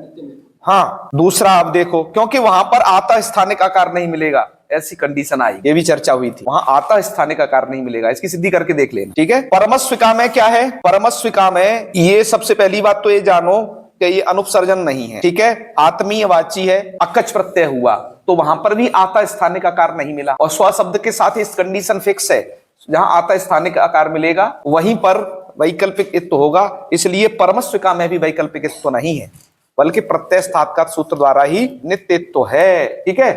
तो काका अब एक बात बताओ, फिर वैकल्पिक इत्व की कंडीशन कहां सही घटेगी? तो उसके लिए कहेंगे जब ये शब्द क्या हो जाए, जैसे निस्वका, निस्वका की स्थिति। निस्वका में क्या है? निस्वका में अकच नहीं है, निस्वका में क प्रत्यय है। क्यों? देखो अब मैं सबसे लास्ट वाले उदाहरणों में पहुंच गया, आप देख रहे हो ना, हालांकि बीच में और भी उदाहरण है, ये निर्वस्त्र का, वस्त्र का, ये सब है। इनको छोड़ के मैं इसकी कंडीशन पहले इसलिए क्लियर कर रहा हूं क्योंकि ये जस्ट अभी यहीं से चुपका हुआ मामला है, और वाले तो फिर सब क्लियर हो जाएंगे। तो इनमें क्या स्थिति हुई देखो, यहां पर क प्रत्यय है, क्योंकि यहां पर आत्मीय अर्थ वैसा उसका अर्थ प्रधान नहीं है। तो जब आत्मीय अर्थ है नहीं उसका, निर्गता स्व, स्व जिसका जहां से निकल गया है, ठीक है, तो अकच प्रत्यय हो नहीं सकता। अकच नहीं हो सकता तो क प्रत्यय होगा, क प्रत्यय होगा तो आता स्थानिक आकार मिल जाएगा। ये प्रक्रिया में देख लेना, ये रूप सिद्धि कैसे हुई है। पहले आ है, कीड़ा से रस हुआ है, तो आता स्थानिक आकार मिल जाएगा। आता स्थानिक आकार मिल जाएगा तो भस्त्रईसा सूत्र लग सकता है, इसलिए भस्त्रईसा सूत्र लग करके दो रूप बनाए हैं। नीचे देखो, निस्वका, निस्विका। हम कह रहे हैं पहले निस्विका देना चाहिए जहां इत्व हुआ, और उसके तदभाव पक्ष बाद में देना चाहिए, ठीक है। तो ये कब बना? क प्रत्यांतत्वात् भवत्य उदाहरणम, जो कह रहे थे संज्ञोपसर्जनी भूत है, वो क प्रत्यांतत्वात् उदाहरण बनेगा। इसलिए आत्मीयायाम, आत्मीय अर्थ में तो जब वो अकेला है तो स्विका, अन्यथा परमस्विका, वहां पर अकच किए हैं ना। जब जहां अकच है तब उदाहरण नहीं है, जहां क प्रत्यय है, निस्वका, निस्विका, वहां उस तब ये उदाहरण बन रहे हैं, ठीक है ना। तो इसकी क्लियर कंडीशन हुई कि क प्रत्यय होने पर ही स्वशब्द आत्मीयवाची है तो इसका उदाहरण बन जाएगा, क्योंकि तीनों लिंगों में प्रयुक्त होगा। अब औरों की स्थिति देख लो फटाफट, अब कुछ नहीं बचा। वस्त्रा शब्द के विषय में पहले क्या कहा था? वस्त्राग्रहणम, वस्त्रा शब्द से वैकल्पिक तो तभी होगा जब वो उपसर्जन होगा, और उपसर्जन कोई तभी होता है निर जैसा उपसर्ग लगा रहे तब। इसलिए निर लगा के उदाहरण दिए, निर्वस्त्र का क्लियर होते जा रहे हैं। ऐसे ही एषा और द्वा शब्द के विषय में, वो एषा शब्द के विषय में बताओ। एषा द्वा एतयोस्तु, परंतु एषा और द्वा शब्द यदि इनके कुछ विद्यमान पूर्व में रहेगा तो इत्व, इसका मतलब जब ये अकेले होंगे, किसी के साथ समास नहीं हुआ होगा, तभी इत्व होगा। इसलिए ऐसा शब्द को अकेला पढ़ा, निरेशा ऐसा कुछ नहीं पढ़ा है। परमई सका वगैरह पहले कह चुके हैं, जहां पर इत्व नहीं होता। उदाहरण कब वो बनेंगे, ऐसा द्वा ऐसा पूर्व होंगे तब इत्व नहीं होगा, माने अकेले होने चाहिए ये। तो देखो फिर दो उदाहरण, वस्त्रैसा सूत्र विकल्प, एशिका एशका का की देखो एतका ये बनेंगे कि नहीं, एतिके एतका, क्योंकि एतत् शब्द है ना, तो उसमें क्या है, सूत्र में एषा ऐसा सत्व निर्देश है, पर बनता है एतत् शब्द से ही है, एतत् शब्द से ही ऐसा बनता है, तदोसा सावनंत्यो सूत्र लग जाता है। मैंने प्रक्रिया में बताया है आप लोगों को। तो कहा कि सूत्र में सत्व निर्देश किया गया है, इसलिए जब इसके एतत् शब्द के तकार को जहां सत्व नहीं हो पाएगा तो तब भी आप इस सूत्र को नहीं लगा पाओगे। ठीक है, तो ए शकार और एशिका में शकार है, वहां तो लगा पाओगे। एतिके एतिका, इधर सूत्र में तकार है, शकार नहीं है। इस प्रयोगों में तकार है, शकार, इसलिए ये भी इसके उदाहरण नहीं बनेंगे। इसलिए कहा कृत सत्व निर्देशात नेह विकल्प, इसलिए यहां विकल्प नहीं लगेगा। अजा की क्या स्थिति थी, अजा की तो कोई चर्चा ही नहीं हुई थी, अजा की कोई चर्चा नहीं हुई, इसका मतलब अजा में तो कोई दिक्कत नहीं है। वस्त्रैसा सूत्र द्वारा अजा शब्द से क प्रत्यय करके वैकल्पिक जो है ये हो जाएगा। अजा शब्द की तो कोई चर्चा नहीं हुई थी, कहा कि इसके अनुपसर्जन वाला होगा तब लगेगा, या इसका समाश्रय, ऐसी कोई चर्चा नहीं थी। तो इसमें तो नॉर्मली सूत्र प्रवृत्त होगा। सबसे सरल उदाहरण सूत्र का यही है। अजा शब्द से एक बार तो अजिका, एक बार अजका। अजा शब्द पहले बना ही चुके हो, अजा तो पहले बन ही चुका है, ठीक है, ये बन जाएंगे। ज्ञा के विषय में भी कोई बात नहीं हुई है, तो ठीक है, गीका और ज्ञका, पहले इत्व फिर बाद में तदभाव वाला रूप बना लोगे ना। चल, द्वि शब्द के विषय में कहा जा चुका था, एता द्वा एषा द्वया एतयोस्तु सपूर्वयो नेत्वम, इनके पूर्व में कुछ रहेगा तब इत्व नहीं होगा इसके द्वारा वैकल्प है। इसका मतलब जब ये अकेले रहेंगे तब, तो इसलिए द्वके द्विके बना था। और वो कहानी अलग थी अद्वके वाली, क्योंकि वहां विद्यमान पूर्व में था, तो इसलिए हमें वो कंडीशन घटानी पड़ी थी। और निस्सुखा निस्सके को तो हम कह चुके कि ये तो है क प्रत्यांत, संज्ञोपसर्जनी भूत, यदि क प्रत्यांत है तभी इसका उदाहरण बनेगा, अकच वाले इसके उदाहरण नहीं बनेंगे। इसलिए पहले वाले दो प्रयोग स्विका परमस्विका अकच वाले हैं, क प्रत्यांतत्वाद भवत्य उदाहरणम, तो ये इसका उदाहरण बना, समझे। तो आइए अब आगे पढ़ते हैं अभाषित पुंस्काच्च, इस अंतिम इकारादेश विधायक सूत्र को, और इसके पश्चात आकारादेश विधायक सूत्र और है अंतिम आदाचार्याणाम, ये दो सूत्रों को पढ़ेंगे। अभाषित पुंस्काच्च सूत्र का अर्थ भट्टोजी दीक्षित जी ने दिया है, ए तस्माद् विहितस्य आतः स्थाने अतः इत्वास्यात्, इतना अर्थ दिया है। ठीक है, अर्थ अपने आप में ये अपूर्ण अर्थ है, इसके अर्थ को पूरा करने के लिए इसमें बहुत अनुवृत्ति आती है। ये तो सामान्य अर्थ दिया है, बस संपूर्ण अर्थ देखना हो तो यहाँ की काशिका को देखिए, या अष्टाध्यायी के जिस क्रम में ये सूत्र पढ़ा गया है, किन की अनुवृत्ति किन का अधिकार आ रहा है, तो पूरा अर्थ आपको पता चल जाएगा। बाल मनोरमाकार ने कुछ संकेत किए हैं कि उदीचा माता स्थाने इति अनुवर्तते, उदीचा माता स्थाने की अनुवृत्ति हो रही है। अत इति च, अत की भी अनुवृत्ति हो रही है। तो अर्थ इस सूत्र का क्या बनेगा। और अभाषित पुंस्काच्च को भी कहा गया, इन्होंने परिभाषित किया है, अभाषितः पुमानयेन इति विग्रह। अभाषितः पुमानयेन, भाषित पुंस्क कहते हैं कि जो शब्द पुल्लिंगे भाषिता, पुल्लिंग में जो कहा गया ऐसा शब्द भाषित पुंस्क होता है। और जो शब्द पुल्लिंग में न कहा जाए, नित्य स्त्रीलिंग शब्द या नित्य नपुंसकलिंग शब्द, ऐसे शब्द आते हैं अभाषित पुंस्कात, इसकी श्रेणी। अभाषित पुंस्कात है तो पंचमी विभक्ति, इस सूत्र में दो पद है ना, अभाषित पुंस्कात प्लस च। अभाषित पुंस्कात है तो पंचमी विभक्ति, लेकिन उसका अर्थ पर नहीं किया गया है, बल्कि अभाषित पुंस्कात से विहित अर्थ किया गया है, पर अर्थ नहीं किया गया। हालांकि पर अर्थ नहीं करने पर विहित अर्थ करने पर अंतर क्या पड़ेगा, बाल मनोरमाकार ने उस चीज को लिख भी दिया है। तो मूल कारण ने इसलिए विहित के आधार पर ही अर्थ किया है, ए तस्माद् विहितस्य, ए तस्मात् माने अभाषित पुंस्कात से विहित, आतः स्थाने अत इत वास्या, आतः स्थाने अकार के स्थान पर इत विकल्प से होता है। बहुत सारी चीजें इस सूत्र के अर्थ में छूटी हुई है। ककारात पूर्वम, ककार से पूर्व, साप सुपह परो नचेत, ये सभी चीजें छूटी हुई हैं जो कि इसमें लिखित नहीं है अर्थ में, वो भी आपको समझना चाहिए। गोविंदाचार्य जी ने तो अर्थ करते वक्त उस सब को लिख दिया है। यहाँ पर पूरा अर्थ ऐसे किया है उन्होंने, अभाषित पुंसकात शब्द से विहित प्रत्यस्थ ककार से पूर्व आकार के स्थान पर जो आकार, अकार क्योंकि आता स्थानिक आकार की भी इसमें अनुवृत्ति है, ठीक है, उदीचा माता स्थानीय अनुवृत्ति है ना इसमें, तो आकार के स्थान पर जो आकार, और नए पूर्वाणामपि की भी इसमें अनुवृत्ति है, तो उसका यह अर्थ हो जाएगा चाहे वो नए पूर्व हो या नए पूर्व ना हो। हाँ, और उदीचा माचार्याणाम मतेन, उदीचा माता से उदीचाम की भी अनुवृत्ति है, पूरा सूत्र आ रहा है वो, उदीचाचार्यों के मत में, ठीक है। हाँ, इकारादेश होना भवती, उदीचाचार्यों के मत में नहीं होता, अन्यों के मत में होता है, इसलिए वो विकल्प होता है।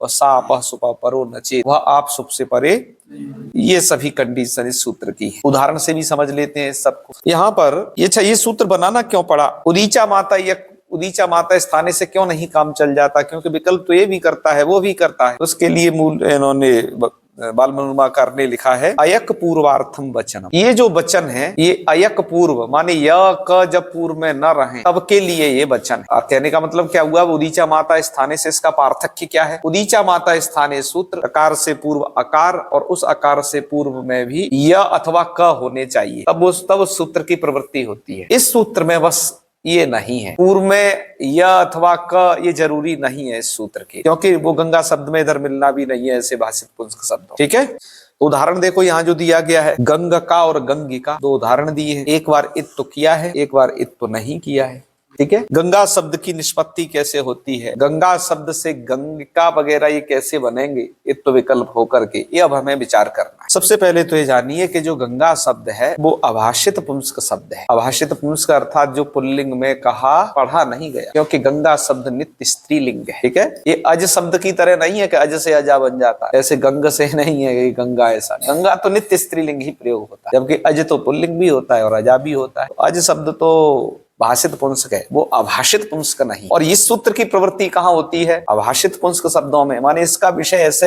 ऐसे प्रयोग बनेंगे जो नित्य स्त्रीलिंग हो, समझा बच्चा।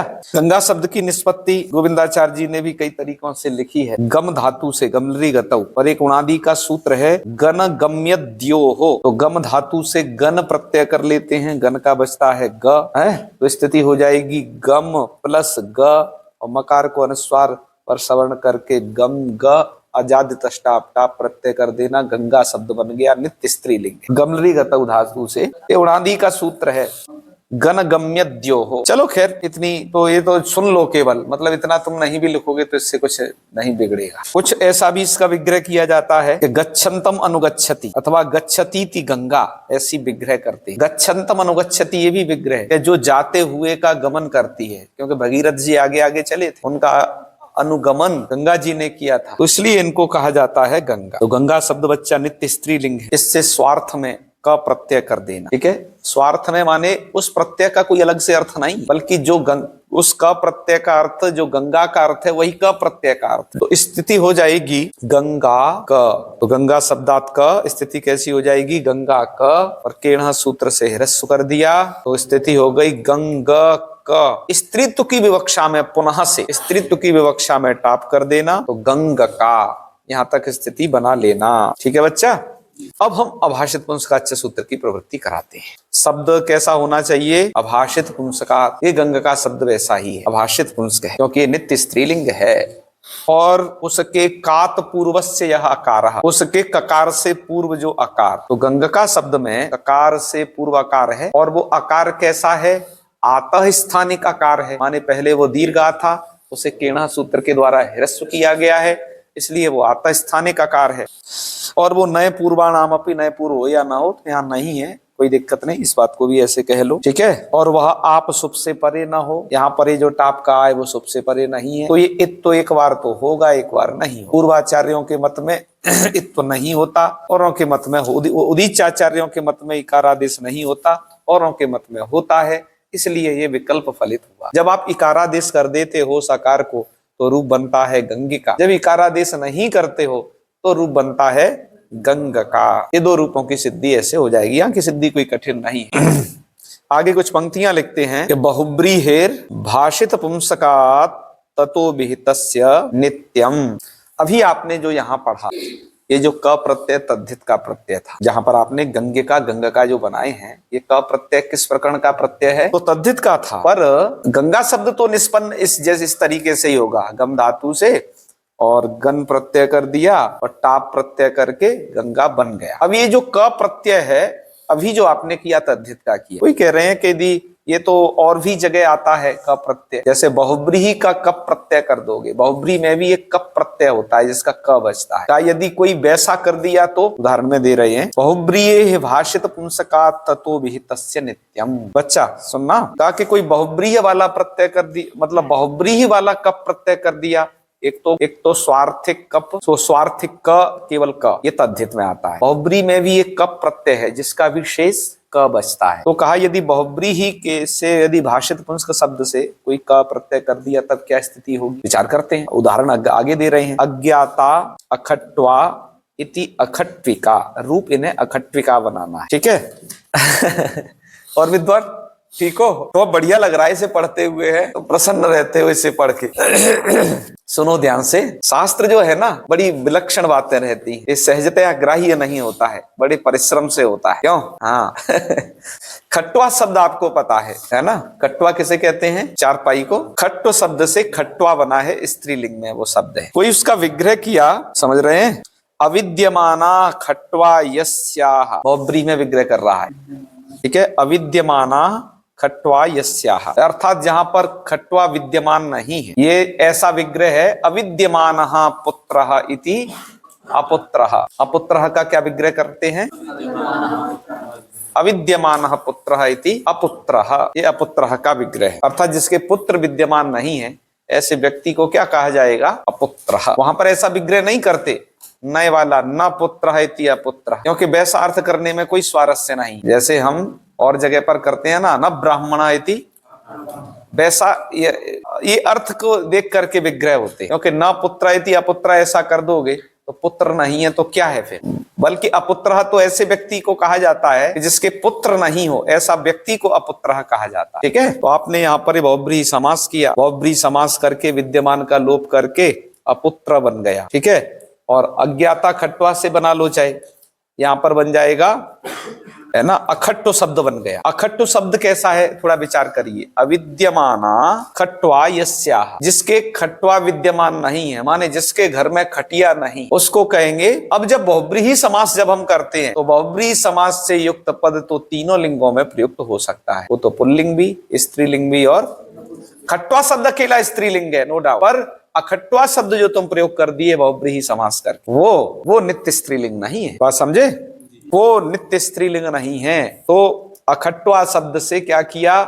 अखट्वा में पहले तो बहुब्रीहि समास किया, फिर अखट्वा शब्द से पुनः टाप, सुप और अज्ञात आदि अर्थ में क प्रत्यय करके, सुपलुक करके, और केणः से हिरस्व और पुनः टाप कर दिया। अब यहाँ पर जो अखट्वा शब्द है, इस अखट्वा में सब चीज है, पर ये शब्द तो भाषित पुंस्क हो गया। क्यों? इसमें आपने बहुब्रीहि समास कर दिया, इस कारण से। बहुब्रीहि समास से युक्त जो भी पद है वो तीनों लिंगों में प्रयुक्त हो सकता है। तीनों लिंगों में हो सकता है माने वो पुल्लिंग में भी हो सकता है। तो अखट्वा शब्द तो भाषित पुंस्क हो गया। अभाषित पुंस्क का च सूत्र तो ऐसे स्थान पर ही वैकल्पिकित्व करता है जो शब्द अभाषित पुंस्क हो। इस कारण से कहा बहुब्रीये भाषित पुंसकात् ततो विहितस्य नित्यम। बहुब्रीहि होने के कारण तो भाषित पुंस्कत्वात् वो शब्द भाषित पुंस्क हो जाता है। तो ततो विहितस्य नित्यम, उससे विहित को तो नित्य ही इत्तो होता है, वहां पर विकल्प नहीं होता है इत्तो। इसलिए अज्ञाता अखट्वा ये विग्रह किया और नित्य इत्तो करके अखट्विका इस रूप की सिद्धि की। क्या किया? अब नहीं है रे, अखट्विका है, कुछ गड़बड़ लिखा होगा, उन्हें सही सुधार लेना। अरे जब अज्ञाता अखट्वा विग्रह कर रहे हो उसमें अब जैसा तो कोई प्रादि पढ़ा ही नहीं गया है, तो वैसा रूप बन ही नहीं पाएगा, यथा लिखित पाठका है, तो उसे ठीक कर लेना, ठीक है। चलो, तो ये इन्होंने विहित विशेषण का फल भी दे दिया। इसलिए जो शब्द भाषित पुंस्क हो जाएंगे उनसे भी वैकल्पिकित्व नहीं होगा। बल्कि वहां तो प्रत्यय स्थात्कात सूत्र के द्वारा अखट्विका में नित्य ही इत्तो हो जाएगा, कहने का ये भाव है ना। बाल मनोरमा में से लिखा है। जी जी जी। चलो, शैसिके कपितु विकल्प एव। अभी हम एक चर्चा कर रहे थे शुरुआत में, उसको मुझे यहाँ कहना चाहिए। क प्रत्यय दो जगह आता है, ठीक है। एक इधर शैसिक कप आता है, एक शैसिक में भी कप प्रत्यय पढ़ाएंगे। तो एक तो स्वार्थिक क है जिसे हम अभी तक करते आ रहे हैं, एक शैसिक कप है, शैसिक प्रकरण में विहित कप, जिसको कहा जाता है शेषाद विभाषा सूत्र के द्वारा विहित कप। ये भी बहुत ब्रीह में होता है। यहाँ पर अब ये बताया जा रहा है कि जहाँ शैसिक कप है वहां तो विकल्प ही होगा, अर्थात वहां पर नित्य इत तो नहीं होगा, वहां तो वैकल्पिक ही प्रत्यय होगा। लेकिन मूल करने कुछ उदाहरण नहीं दिया है। इसका उदाहरण देखना हो तो बाल मनोरमा में झांक लेना, वहां दिया है। मूल में नहीं है, इसलिए हम आगे बढ़ते हैं अग्रिम सूत्र की तरफ। अभी तक तो आप ककार से पूर्व आकार को इत कर रहे थे। अग्रिम जो नियम है ये आदावाचार्याणाम वाला, ये नियम तो कहता है पूर्व सूत्र विषय आत्वास्या, पूर्व सूत्र के विषय में आत्म विकल्प से हो जाता है। अब पूर्व सूत्र के विषय में कहा, माने पूर्व सूत्र जिस कंडीशन में लगता है सेम कंडीशन इसकी होगी, वही अर्थ इसका भी होगा। पूर्व सूत्र विषय कह दिया तो जितनी उसमें अनुवृत्ति है, पूरा उदीचा माता स्थाने एक पूर्वाया है, प्रत्यय स्थात्कात के जितने पदों की अनुवृत्ति, वो सभी की सभी अनुवृत्ति इसमें है। आत, और ये करता क्या है? आत करता है। क्या करता है? कहने का मतलब ये है कि जो जिस उस सूत्र में जो आकार को जो ह्रस्व आकार हो जाता है, ध्यान देना। जैसे अभी आपने गंगिका गंग का शब्द बनाए थे, गंगा शब्द पहले आकार वाला होता है, उससे तुम क प्रत्यय कर देते हो, क प्रत्यय करने के बाद केणा लगाते हो, केणा के बाद वो ह्रस्व हो जाता है, तो वो गंगक बन जाता है। इस सूत्र का एक महत्वपूर्ण रोल ये है कि उसे आकार में फिर से बदल देता है, तो माने उसकी पूर्व अवस्था को वापस लौटा देता है, ठीक है। तो इसलिए कहा आता वो आत्वास्यात, आत विकल्प से करता है। तो देखो, अभी तो इत विकल्प पढ़ा था आपने अभाषित पुंस्क शब्दों के विषय में। इस सूत्र ने कह दिया आचार्यों के मत में आत भी हो जाता है विकल्प से। तो अब क्या होगा? सेम उदाहरण वही है, गंगा है। गंगा का पहले गंगा शब्द है, क करके स्थिति हो गई गंगका। अब गंगका में, गंगका से मतलब आपने क प्रत्यय किया था, उसे टाप प्रत्यय करके गंगका बना लिए हो। या ककार से पूर्व आकार है और वो आता स्थानिक ही आकार है, पहले वो आ था बाद में अ हुआ है, और वो आप सबसे परे ना हो, वो सब कंडीशन घट रही है। इस सूत्र ने क्या कर दिया? आत्वास्यात, आकार विकल्प से कर दिया। आकार जब इसने कर दिया तो रूप बन गया गंगा। ये गंगा था ना, इधर बन जाएगा गंगा का। आकार करने पर गंगा का, इत्तो करने पर, क्योंकि आप्त जब नहीं होगा तो पिछले वाले भी रूप सही माने जाएंगे, और इत्तो करने पर गंगिका, और जहां इत्तो भी नहीं होगा तो गंग का, और जहां स्वार्थिक का प्रत्यय भी नहीं होगा तो गंगा। इन सब का एक ही अर्थ है, ठीक है। हाँ, यदि कोई भाषित पुंस्क होता है तब ये कंडीशन है। एक ही उदाहरण इन्होंने गंगा शब्द को भाषित पुंस्क में मूलकार ने रखा है, ऐसे और भी उदाहरण हो सकते हैं। नीचे लिख रहे हैं उक्त पुंस्कातु, यदि कोई शब्द उक्त पुंस्क है। उक्त पुंस्क माने भाषित पुंस्क। भाषित और उक्त शब्द दोनों पर्याय हैं, भाषितः कहो अथवा उक्तः कहो, दोनों का अर्थ है कि कह दिया गया, दोनों पर्याय शब्द है। इसलिए कह रहे हैं उक्त पुंस्कातु, यदि कोई शब्द भाषित पुंस्क है। जैसे एक शब्द यहां पर दिया इन्होंने शुभ्रे का, तो शुभ्रा शब्द है। शुभ्रा शब्द कैसा है? उक्त पुंस्क। उक्त पुंस्क मतलब ये पुल्लिंग को भी कहता है, पश्चात ये स्त्रीलिंग को भी कहता है, क्योंकि शुभ्र शब्द से शुभ्रा बनाया है। तो शुभ्र कैसा शब्द हुआ? पुल्लिंग है। उसके बाद स्त्रीलिंग बनाने के लिए शुभ्रा, और शुभ्रा से फिर करोगे उसे क प्रत्यय, केणा से रस हो करके शुभ्र क, और टाप प्रत्यय करोगे तो शुभ्र का। अब यहां पर भी सब चीज है, आता स्थानिक आकार भी है, ये सब है, परंतु शुभ्र शब्द तो उक्त पुंस्क है, माने भाषित पुंस्क है। अतः उसके विषय में अभाषित पुंस्काच सूत्र या आदावाचार्याणाम, ये सूत्र, इन किसी की भी प्रवृत्ति नहीं होगी। तब तो प्रत्यय स्थात्कात सूत्र द्वारा, क्योंकि उसको ऐसी अपेक्षाएं नहीं है कि भाषित पुंस्क शब्द हो क्या हो, प्रत्यय स्थात्कात एक सामान्य सूत्र है, तो उस सूत्र के द्वारा नित्य ही इत्त हो जाएगा, तो एकमात्र रूप बनेगा शुभ्र का। अब इस पूरे प्रकरण से बात यही याद रखना, इत्त प्रकरण यही समाप्त होता है कि कहाँ इत्त विकल्प है, कहाँ इत्त के स्थान पर आत है, कहाँ अत है। अत भी एक जगह निकल चुका है, ठीक है। ये इसमें ध्यान रखना विशेष रूप से। इस प्रकरण का जो उपयोग है वो अति अल्प उपयोग है संस्कृत साहित्य। क्योंकि ऐसे तुम लोग गंगा ही प्रयोग करते हो, गंगा का अथवा गंगा का ऐसे शब्द कभी नहीं प्रयोग करते हो। हाँ, इत तो कुछ जगह पर तो जरूर प्रवृत्त होता है, जैसे कारका और कारिका, है ना। कुछ जगह तो इत तो प्रत्यय स्थात वाला जो इत्ते है वो ठीक ठाक है, बाकी इधर वालों में तो एक स्वार्थ का प्रत्यय लगा लघु के ही करना पड़ता है, ठीक है। हाँ, अब इससे आगे जो प्रकरण आरंभ होगा, अनुपसर्जनात् का एक अधिकार है, वो सर्वग्राही है, ये आगे वाला जो प्रकरण, ठीक है।